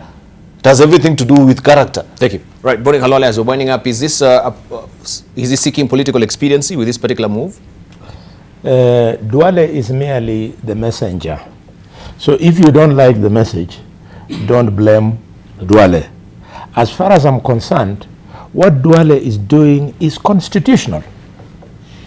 Until you amend the constitution and remove the 2/3 principle, this bill must be debated and be passed, because that's the only way you can then operationalize the 2/3 principle. So Duale is behaving like a good leader of government majority, ensuring that the government he leads in parliament implements or operationalizes Article 81 of the Constitution that provides for 2/3 majority. Nothing wrong with that. Is this my parting shot? Yeah, that's your parting shot. Okay, so as I conclude, I wanted to tell Wananchi the following this morning in conclusion. That strictly speaking, all over the world, politics is the locomotive upon which development is carried. And the driver of that locomotive is the presidency. So for a long time, people have been telling the hustler society of this country that we will protect you, Wanjiku will protect you, Achieng will protect you, Khadiala will protect you, we shall provide. We now want to change the narrative in 2022 so that now the hustler's child, Khadiala's child, can ascend to the president so that we do it ourselves. Thank you. They have done it enough for us. Right, thank you. Jacob, your parting shots? You know, Debarl, I find it so interesting that Khalwale is taking every opportunity to talk about 2022. Yes, there will never be 2022 unless we sort out 2017 in this country. Number one, let me agree with the Bonnie we are commenting on this. Right. Yeah, winding up. On the back page of the Nation, I think Duale is doing is what he must do. I think that is he's paid to do that. But I think we need to use the handshake opportunity to revise our constitution in a very deep sense, for us to have a constitution that creates a country that we can afford as a people. I think, as it were, we are in a very bad experiment as a people. Thank you. And I think we need to talk. Right. Senator Stewart, your parting shots. My parting shot will be this. I keep hearing reports about people saying, what is a deputy? Is it the official function, or is it a constitutional requirement of a deputy president to physically go and inspect or launch the water, electricity, roads, and things he keeps on doing on the weekends? And the question that I ask myself is, what do they want him to do? Sit in his office and read reports of what GOK is doing across the country? Thank you. All right, Omatangi, your parting shots? Debarl, I think on that Duale debate, because I didn't have my shot on it. I think, remember the time when we had this discussion here, where I introduced that would you call it a dichotomy of is he doing the right thing or is he doing things right? And probably that would be the question, because certainly we have the reality of what's happening right now, that actually now, almost 8 years since we promulgated that constitution, we've not been able to achieve the reality of the 2/3 gender rule. And the question would be, why haven't we been able to do that? And of course, there are technicalities and issues around it. There has been, some realities that have prevented us from doing that. So, the question would be, is that the right way forward? I mean, given, the mood of the country, the questions that have been asked, including the push that has been there about constitutional amendment, even right now. So would that be the way? And then if you ask me for my parting shot, I would say we have to rethink the country. We have to rethink our politics. We have to be true to what we say to our people. I believe that at this time in the year 2018, I would want to be talking politics in 2021 about 2022. Right now, let us build this country. Let's be true to and faithful to what we say to our people in 2017. That we are going to help them to move forward. Right, thank you. Thank you. Opiongare is saying that Kimani Matangi, you're the voice of reason in today's discussion. The fact that you have had the least airtime notwithstanding. Is it true? Also, John Gidanga is saying Ruto himself is the main person who's been propelling politics under the guise of development in various areas. Of course, is it a new alliance between Uhuru and he feels isolated, hence the tantrums. Of course, we need to wind it up.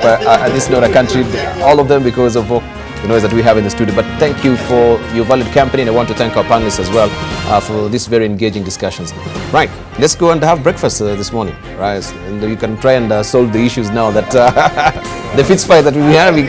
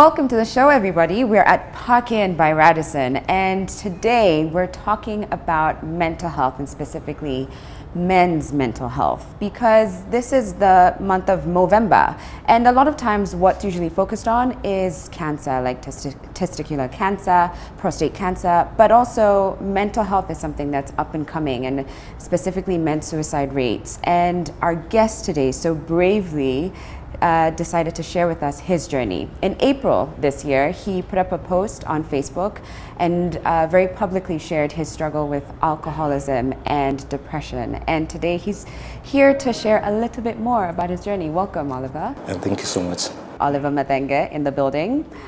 You may recognize him from Twitter. He has, just a couple 100,000 followers. No big deal. Over 200,000 followers on Twitter. Does that ever get to you? Are you ever like, woo, watch what I say today? Well, at times it does. Actually, after hitting actually to 200,000 is when I realized there's a lot of people who are looking or reading these tweets, and I have everything that I put. I have to be very cautious about what I say. Yeah, and to be just responsible for that space. Okay, so Oliver, tell me a little bit about your childhood. Well, I was born in Nyeri in the 80s, early 80s that is, and grew up. All my childhood I spent it in Nyeri. I was born in a very humble homestead. My dad at the time was working as in the Ministry of Agriculture and Livestock at the time.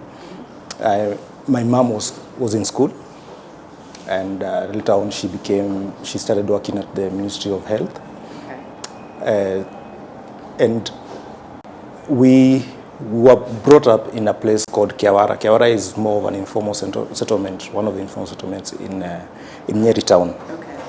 So basically that's where it all started. Went to school in Nyeri town, went to high school in Nyeri High School before coming to Nairobi after my KCSE when I was 18. So I basically came to Nairobi after I was 18 years old. Okay, would you say you had a happy childhood? I can say it was a mixed. I think at times as a child you really don't know what struggles that your parents go through. I saw some of it. I went to school hungry. My parents at times could not afford for us to food. They couldn't afford at times to even pay school fees. They got late. But my brother and I, we were happy kids. We were good in school. We loved our friends. We loved playing. But then my parents were not the same. And it got to a point where when I was 12, they separated. Yeah, so, and we ended up living now with my mom. Me and my brother and I lived with my mom for the rest of the period that was part of high school and into college. Okay. Do you remember your first drink? Yes. How old were you? Where were you? My first drink, the funny thing is that I was given a traditional drink by my grandfather when I was very young. Okay. And then my first proper drink, I was in class 6. Whoa. Yes. How did you get your hands on that? Just being young people being adventurous and all, and we ended up in a bar somewhere. And how did you get into the bar in class 6? It's the thing is when you grow up in the rural areas, is that you could easily get into a bar and do what you want, as long as you're not caught. So that's what we used to do. And the thing is that my dad was an alcoholic. He used to drink a lot, and we actually, even him offered me alcohol when I was in primary school. Wow. Okay. Yeah. Just you know what, this arrogance of you need to be a man, yeah? Right. Taste it and feel how it is, yeah. And so there was that. Okay. So do you remember the moment where it first occurred to you that there might be a problem and that maybe your intake was a little bit higher than what it started off as and that it was affecting other aspects of your life? Well, actually, for the rest of my teenagehood, I actually didn't take alcohol. Okay. I then started taking again after my KCSE. Okay. That time, just politely, just a drink, two, when you go to jam session and have 2 beers and all that. Then in campus, I started again, then stopped. Why would you stop? It was not my cup of tea. Oh. Alcohol was not my cup of tea, basically. Yeah. I actually didn't like the taste. Yeah. I didn't like the taste. I didn't like the hangover. But then after campus, now when I started working, that's in 2007. That's when now I got into the kind of relationships that I formed, professional, you know, and also in terms of the people who now I started working with. Yeah. And the friends that I made after now campus. Okay. I got to a point where now drinking was like an after work thing that needed to be done. Every day after Yes. work? Okay. And so it started that way. But sometime last year, in 2017, that's 10 years of taking alcohol and taking it heavily. I started realizing that I was losing a lot. I was losing my family. I didn't have time for my family. I didn't have time for my wife. I could spend 2 nights in a bar. When you say 2 nights, do you mean that you leave the bar, No. go to work, you spend Like I could get into a bar on a Friday night, drink up to Saturday morning, and move from that bar to somewhere else where I know it's open, and drink during the day and through the night. Wow, that's 2017. Yes. That's when I started realizing that I have a problem, and I really need to work on it. Right. Yeah. Before that, had anyone around you sort of mentioned, whether your friends, had anyone tried to hold you accountable and ask, hey, Oliver, what's going on? A few friends actually were asking me, why are you doing this? You know. And your response would be? Well, it's my money. It's me. Yeah? It's what I want to do. I'm having fun. You know, all those things. Making excuses for what was happening. Yeah. What people did not realize, and what I didn't realize, is that there were other things that were making me do what I was doing. Yeah. And once I came to the realization that actually, if I'm getting into debt because I have to spend money to buy alcohol, that means that there is a problem. And that's when I realized. And so sometime in mid-2017, I started thinking of how do I deal with this, how do I quit. But while you were thinking these things, were you still going to the bar? Yes. Okay. Yeah, and I could still do the same. I could, at one point, I really, you know, when you're doing it, you don't really realize that you're actually messing up. But in the mornings when you figure out, wow, like one night there's some job I had done and someone just gave me the money in cash. It was about 85,000 shillings. It surprises people when I tell them that I got home with 5,000 shillings the following morning. 80,000 shillings? Yes. You couldn't possibly drink 80,000 shillings. I was buying everyone alcohol because... Oliver was the life of the party. This is the guy. Yeah, that particular night, the following morning, I actually regretted the entire night, but still ended up in the evening somewhere else still drinking.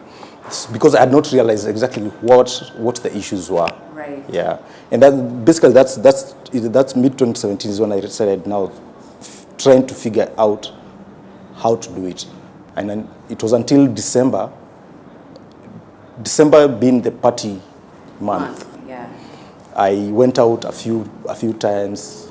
Then I started, in December, my drinking was not as much as I used to do. So you had slowly started to cut off. Actually, I'd like to know, you talk about debt being one of the things that, spilt over as a result of alcohol. Was there any other way that it affected your life? And I'm particularly curious about work. How was that? Between 2016 and 2017, and early 2017, I started my work. I was sluggish. Okay. In dealing with my work. Actually, at some point, I felt like I really don't need this job. Okay. And I actually wanted to quit. Okay. But I think at times God has a different plan for you. That the time I was thinking about it is when now I was given more responsibilities. At work? Yes. So is that to say that you were able to function normally and maybe even better than usual at work during this time? What used to happen is that I could function normally. Okay. Whether I got home at 4 a.m., I could still go to work and function normally. Wow. But I was not as productive as I was before. Right. Okay. And you still were able to, do well enough to So I was shifted from the desk that I was in, and now made the digital editor. And then now that was in May. Well, I'm still heavily. Wow. Heavy in drinking. Yeah. So back to December now. It's the month of parties, drinking, but you're starting to slow down. Yes. Can you tell us more about that and your decision to, the 100-day? Yeah. Actually, my slowdown started after I started the new assignment in the office. At some time, after like 3 months or so, I got to a point where I didn't go to work. After the new appointment? Yes. About 3 months down the line, 2 or 3 months down the line, that was actually the first time I had attempted suicide. And that particular day, I didn't go to work. I switched off my phones and everything. I didn't go to work. And so the following day, my seniors sat me down and started asking me what's going on. And that's the first time I actually ever opened up to people about the breakdowns that I was having. Well, it was your bosses, the first people. Yes. Were you open about the fact that you had tried to commit suicide as well? No, I left that out. Okay. I felt like I would scare them and scare them off. Yeah. And but basically now, after that particular point, after I talked with them, is when now I started slowing down until December. Then on this particular night, I was on some club on Gong Road on 27th of December, and I'd had about 3 beers. I was just having fun, relaxing with friends, but I was not drinking as heavily as people used to know how I drink. So I actually had that 2 beers. Then after the third one, halfway through, I said, this is my last beer. And I said, if I can survive the next 3 days, I'll start counting 100 days. Now the next 3 days to 1st of January. 2018. Yeah. I said, I will add another 97 days to make 100. And that's how the 100 days came by. Wow. How was that? And did you have any kind of help, or did you just go cold turkey? This is it. I went cold turkey on that. Okay. But now, because I knew there were other issues that I needed to deal with, I started seeing someone. Okay. And a therapist. Yes. Yeah. Just to be able to put some of the things in perspective. And over it, I realized first, just like many men, because of our egos, we really don't want to talk. Actually, when I was going through it, at the beginning I couldn't actually talk about my past. You know, I couldn't talk about the violence I saw at home in the past. I couldn't talk about the things I'd done to hurt other people. I actually couldn't even talk about the suicide attempts, the suicidal thoughts that I were always coming up. And I at that particular moment is when now I realized, it's now when I started working it out, and I said, when I to go to 100 days, that's when I told my story and said, since I've done this, I have to go on, because at the end of the day, I wasn't drinking because it's fun. I was escaping. For me, it was an escape route. I would rather drink and not think about my debts. I would rather drink and not think about I'm having this. I've plateaued at work and I feel I'm not getting enough, you know. And through that those sessions is when I was able to come to terms with some of the things that were actually bothering me. Right. Yeah. Where are you today, Oliver? I can say it's a journey, and I'm always telling people it's a journey, and I'm not yet there. Mentally, I can say I'm not yet there. In terms of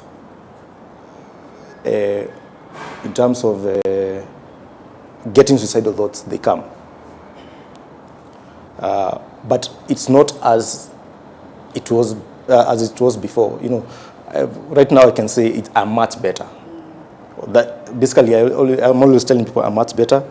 I have been able to deal with some of mend the relationships that I had broken. My family, my wife, also some friends who I had, you know, those who had like run away from me because they thought I was taking a path that no one should actually take. Every other day I remind myself that I have a purpose. There's a reason I'm here. There's a reason, like you asked on Twitter, do those 200,000 people follow me? There's a reason why every other day people come to me and they want me to give a talk in a certain school. There's a purpose. There's a purpose, and I can't live that purpose if I don't deal with those issues.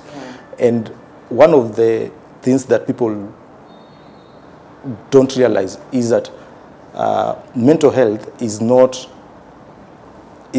this big illusion. It's something that is bothering a lot of people right now. A lot more people than are willing to confess. And like you were saying, you know, you don't even realize that there's a lot that you're carrying with you, and it's going to find its way out. It's going to one way or another. For you, it was with, you know, alcohol. For others, it's something different. We're going to have to take a quick break, but when we come back, we'll be with a psychiatrist.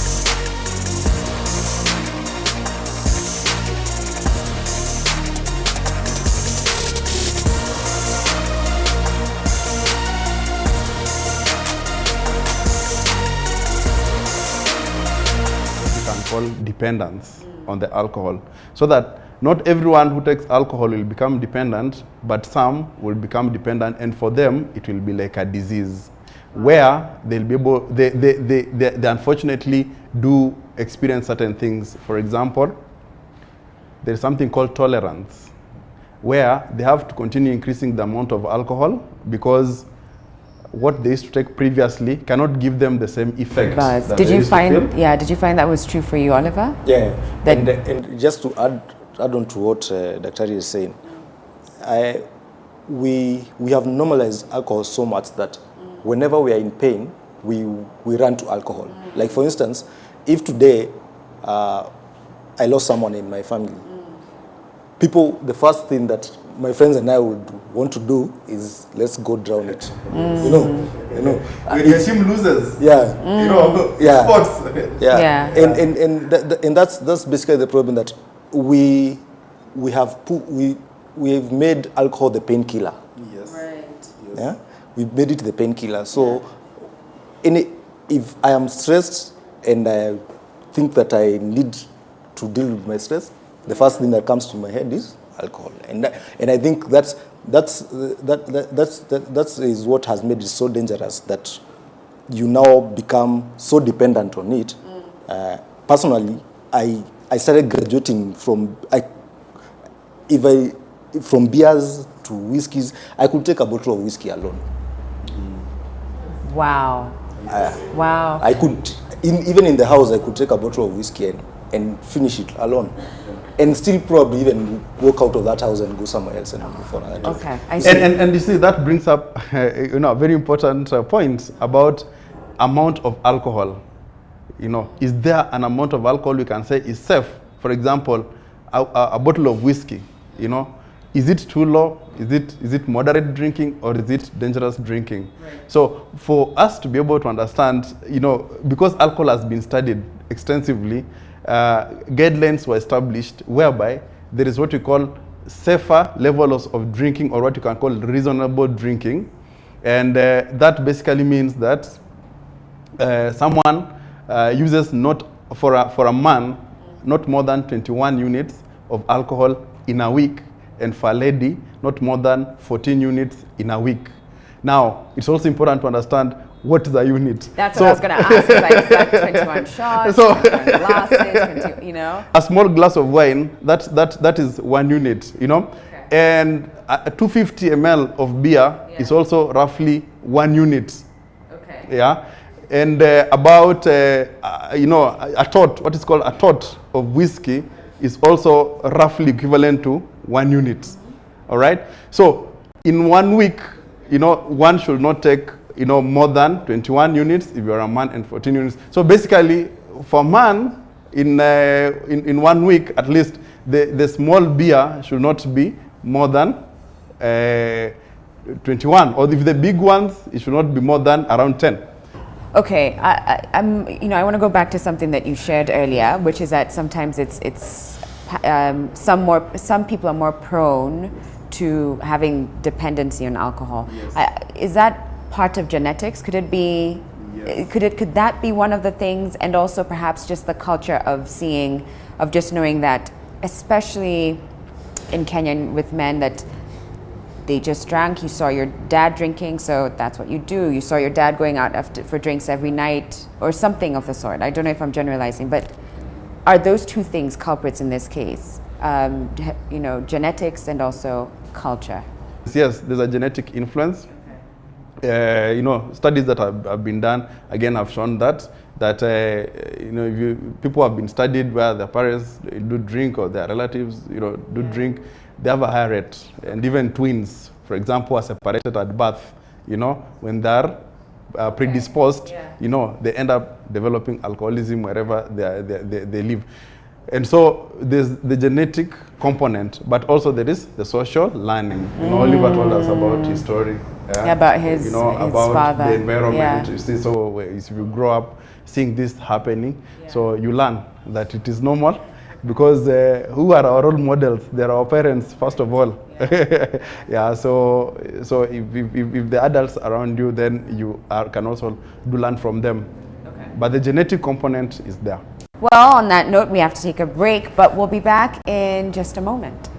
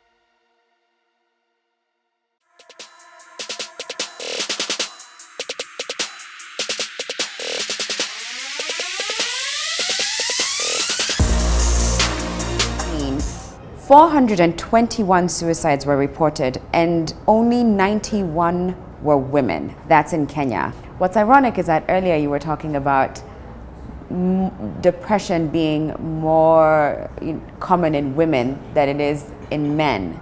And yet, majority of the suicides reported in 2017 were with men.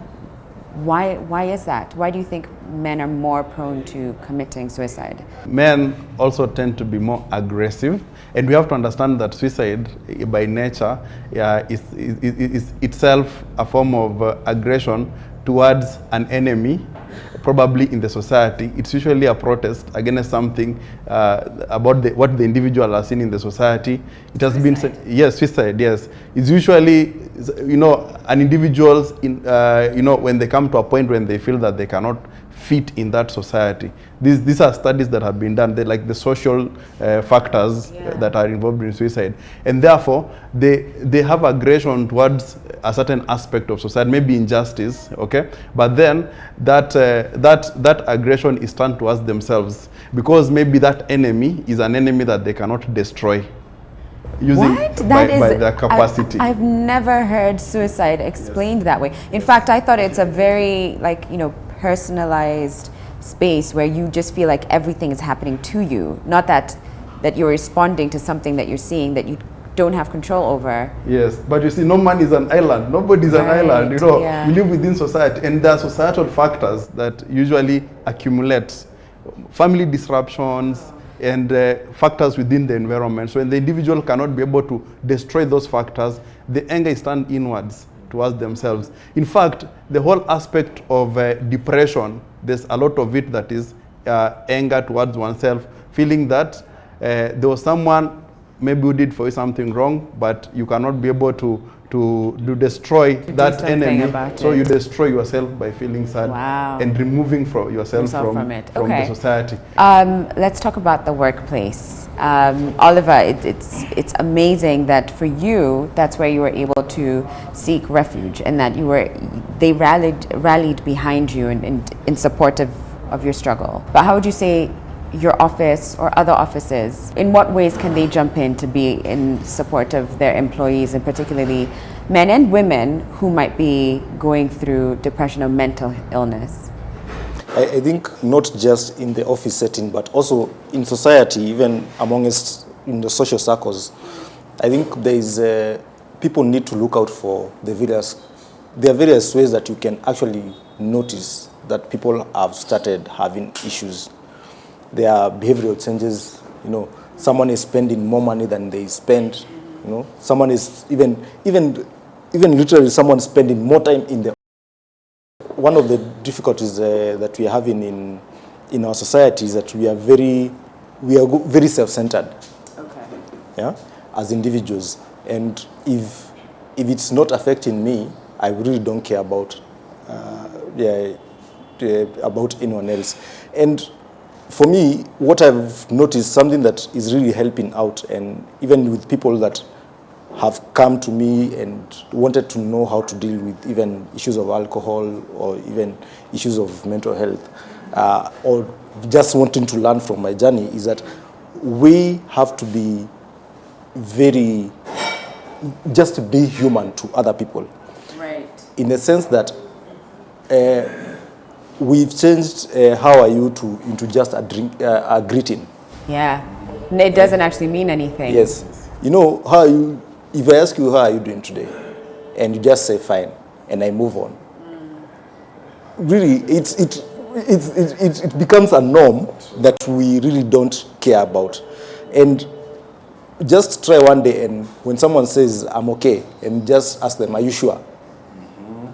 If you ask people, already I was just like, what is that? I mean, I felt like, actually most people get startled, and at times someone will tell you, anyway, kuna hii ABCD inanisumbua. It actually happens. And so just being able to talk to each other. If it's office settings, offices, bosses, colleagues need to view each other in a way that I can know when I start seeing a certain behavioral change, if this person comes to work every day on time, but now over the last 2 weeks they don't come in at all, or they come in late. We need to sit down and talk. Right. Dr. Chai, I'm sure you have something to add on that. Yes, I'm impressed that the workplace for Oliver was quite enabling for him, and I believe that this is something that other employers can learn from. One, work is important for mental wellness.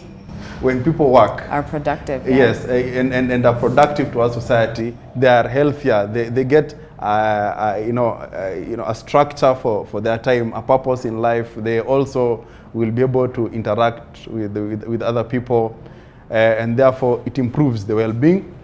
And like studies that have been done in Kenya again about the employability of people with mental illness, most employers shy away from employing someone even who has recovered from a mental illness. A very good accountant goes for an interview, then as part of their discussion about themselves, if they mention that they once suffered from bipolar illness, then they may not even get that opportunity. When they are well, they can be able to work, they can be able to deliver, and that work will also improve their mental well-being. So, I mean, this is the time that we can,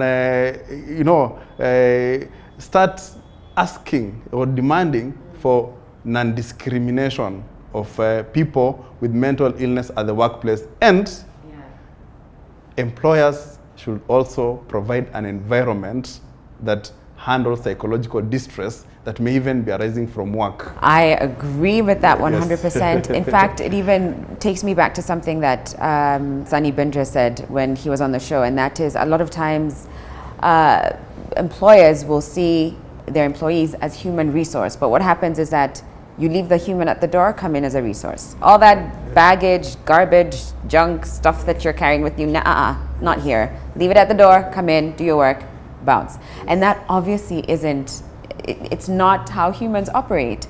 Oliver, I'm curious to know, in this journey that you went through, where did you draw your strength from? What propped you up? I think one of the things I realized is that it has to come from me. It has to be very self-determined, because that's the first step. Because the first step, even before you are able to talk to someone, is that you internally, you have to decide as an individual. And so I drew a lot of strength from me, from myself. But I also happened to happen to have a very loving family. Yeah? From my wife to my parents to my in-laws, and all of them told me, we support you in whatever you're doing. And so that actually drove me further. We can also discuss about how these things can be prevented, and that will be one way. Having a network of friends and close family relationships, and even going through psychological therapies when you are not unwell, that can help you build your resilience for the rainy day. Right, because rainy days do come. Yeah, and it's not about just going when you're not okay, but it's just keeping that up. Yes, you don't have to be sick. Actually, something else that I would want to add in terms of even strangers. Don't dismiss strangers and think that there are some strangers who will come to you. You see, for instance, most of my followers on Twitter are strangers. Most of my followers on Instagram are strangers. 200,000 plus. But a lot of them, when I shared my stories, some of them came and, encouraged me, came to my inbox and telling me they have gone through the same, and this is what they have done. And that gives you a lot of strength, knowing that you are not alone. Right, because it's in that moment you start to think, my world is crashing, no one else understands, I'm doomed to this fate. But when you come out of that and you look around and you see, wait a second, there's others who are struggling, there's others who are there to pick me up. Wow. Thank you so much, Oliver, for graciously sharing with us your journey, which you were so open about, and even saying that it's an ongoing journey. Thank you so much, and thank you so much, Dr. Chitai. Wow. So, well then, there you go. There's so much to say about this conversation, and we'd love to continue having it with you online. So make sure to follow us. That's Living With Us on Instagram, Facebook, and Twitter. Also follow. At Oliver Madenge. At Oliver Madenge. All social media. On all social media. And join the group, join the team. At Dr._Chitai. There we go, Dr._Chitai. Let's all just have this conversation so that the idea that men don't have feelings, that men need to be strong and resilient and cannot have any kind of fault lines within them, let's throw that. That's so 2017. That's old news. That's not the world that we live in today, and that's not how we should be conducting ourselves. So let's show up for each other, for our brothers, for our fathers, for the men in our lives. Thank you so much for watching. Thank you to Park Inn by Radisson. And now I'm going to leave you with Travel Tuesday in Calgary, Canada. 10 p.m. to 7 a.m. is quiet hours by the law. Any excessive, unreasonable, and unneeded form of noise is prohibited by the laws, be it shouting, screaming, loud music, whistling, etc. If a neighbor or tenant happen to be making noise, one is allowed to call the police. I mean, I think we have some laws here that are, similar to that, but I don't know if people are really observing these laws. But hey, lucky you guys in Calgary, Canada, who are getting a well-rested night's sleep. Thank you for watching, everybody. We'll be back tomorrow, 8 a.m. You know the drill. We'll see you then, okay? Right? Tomorrow, 8 a.m. Bye.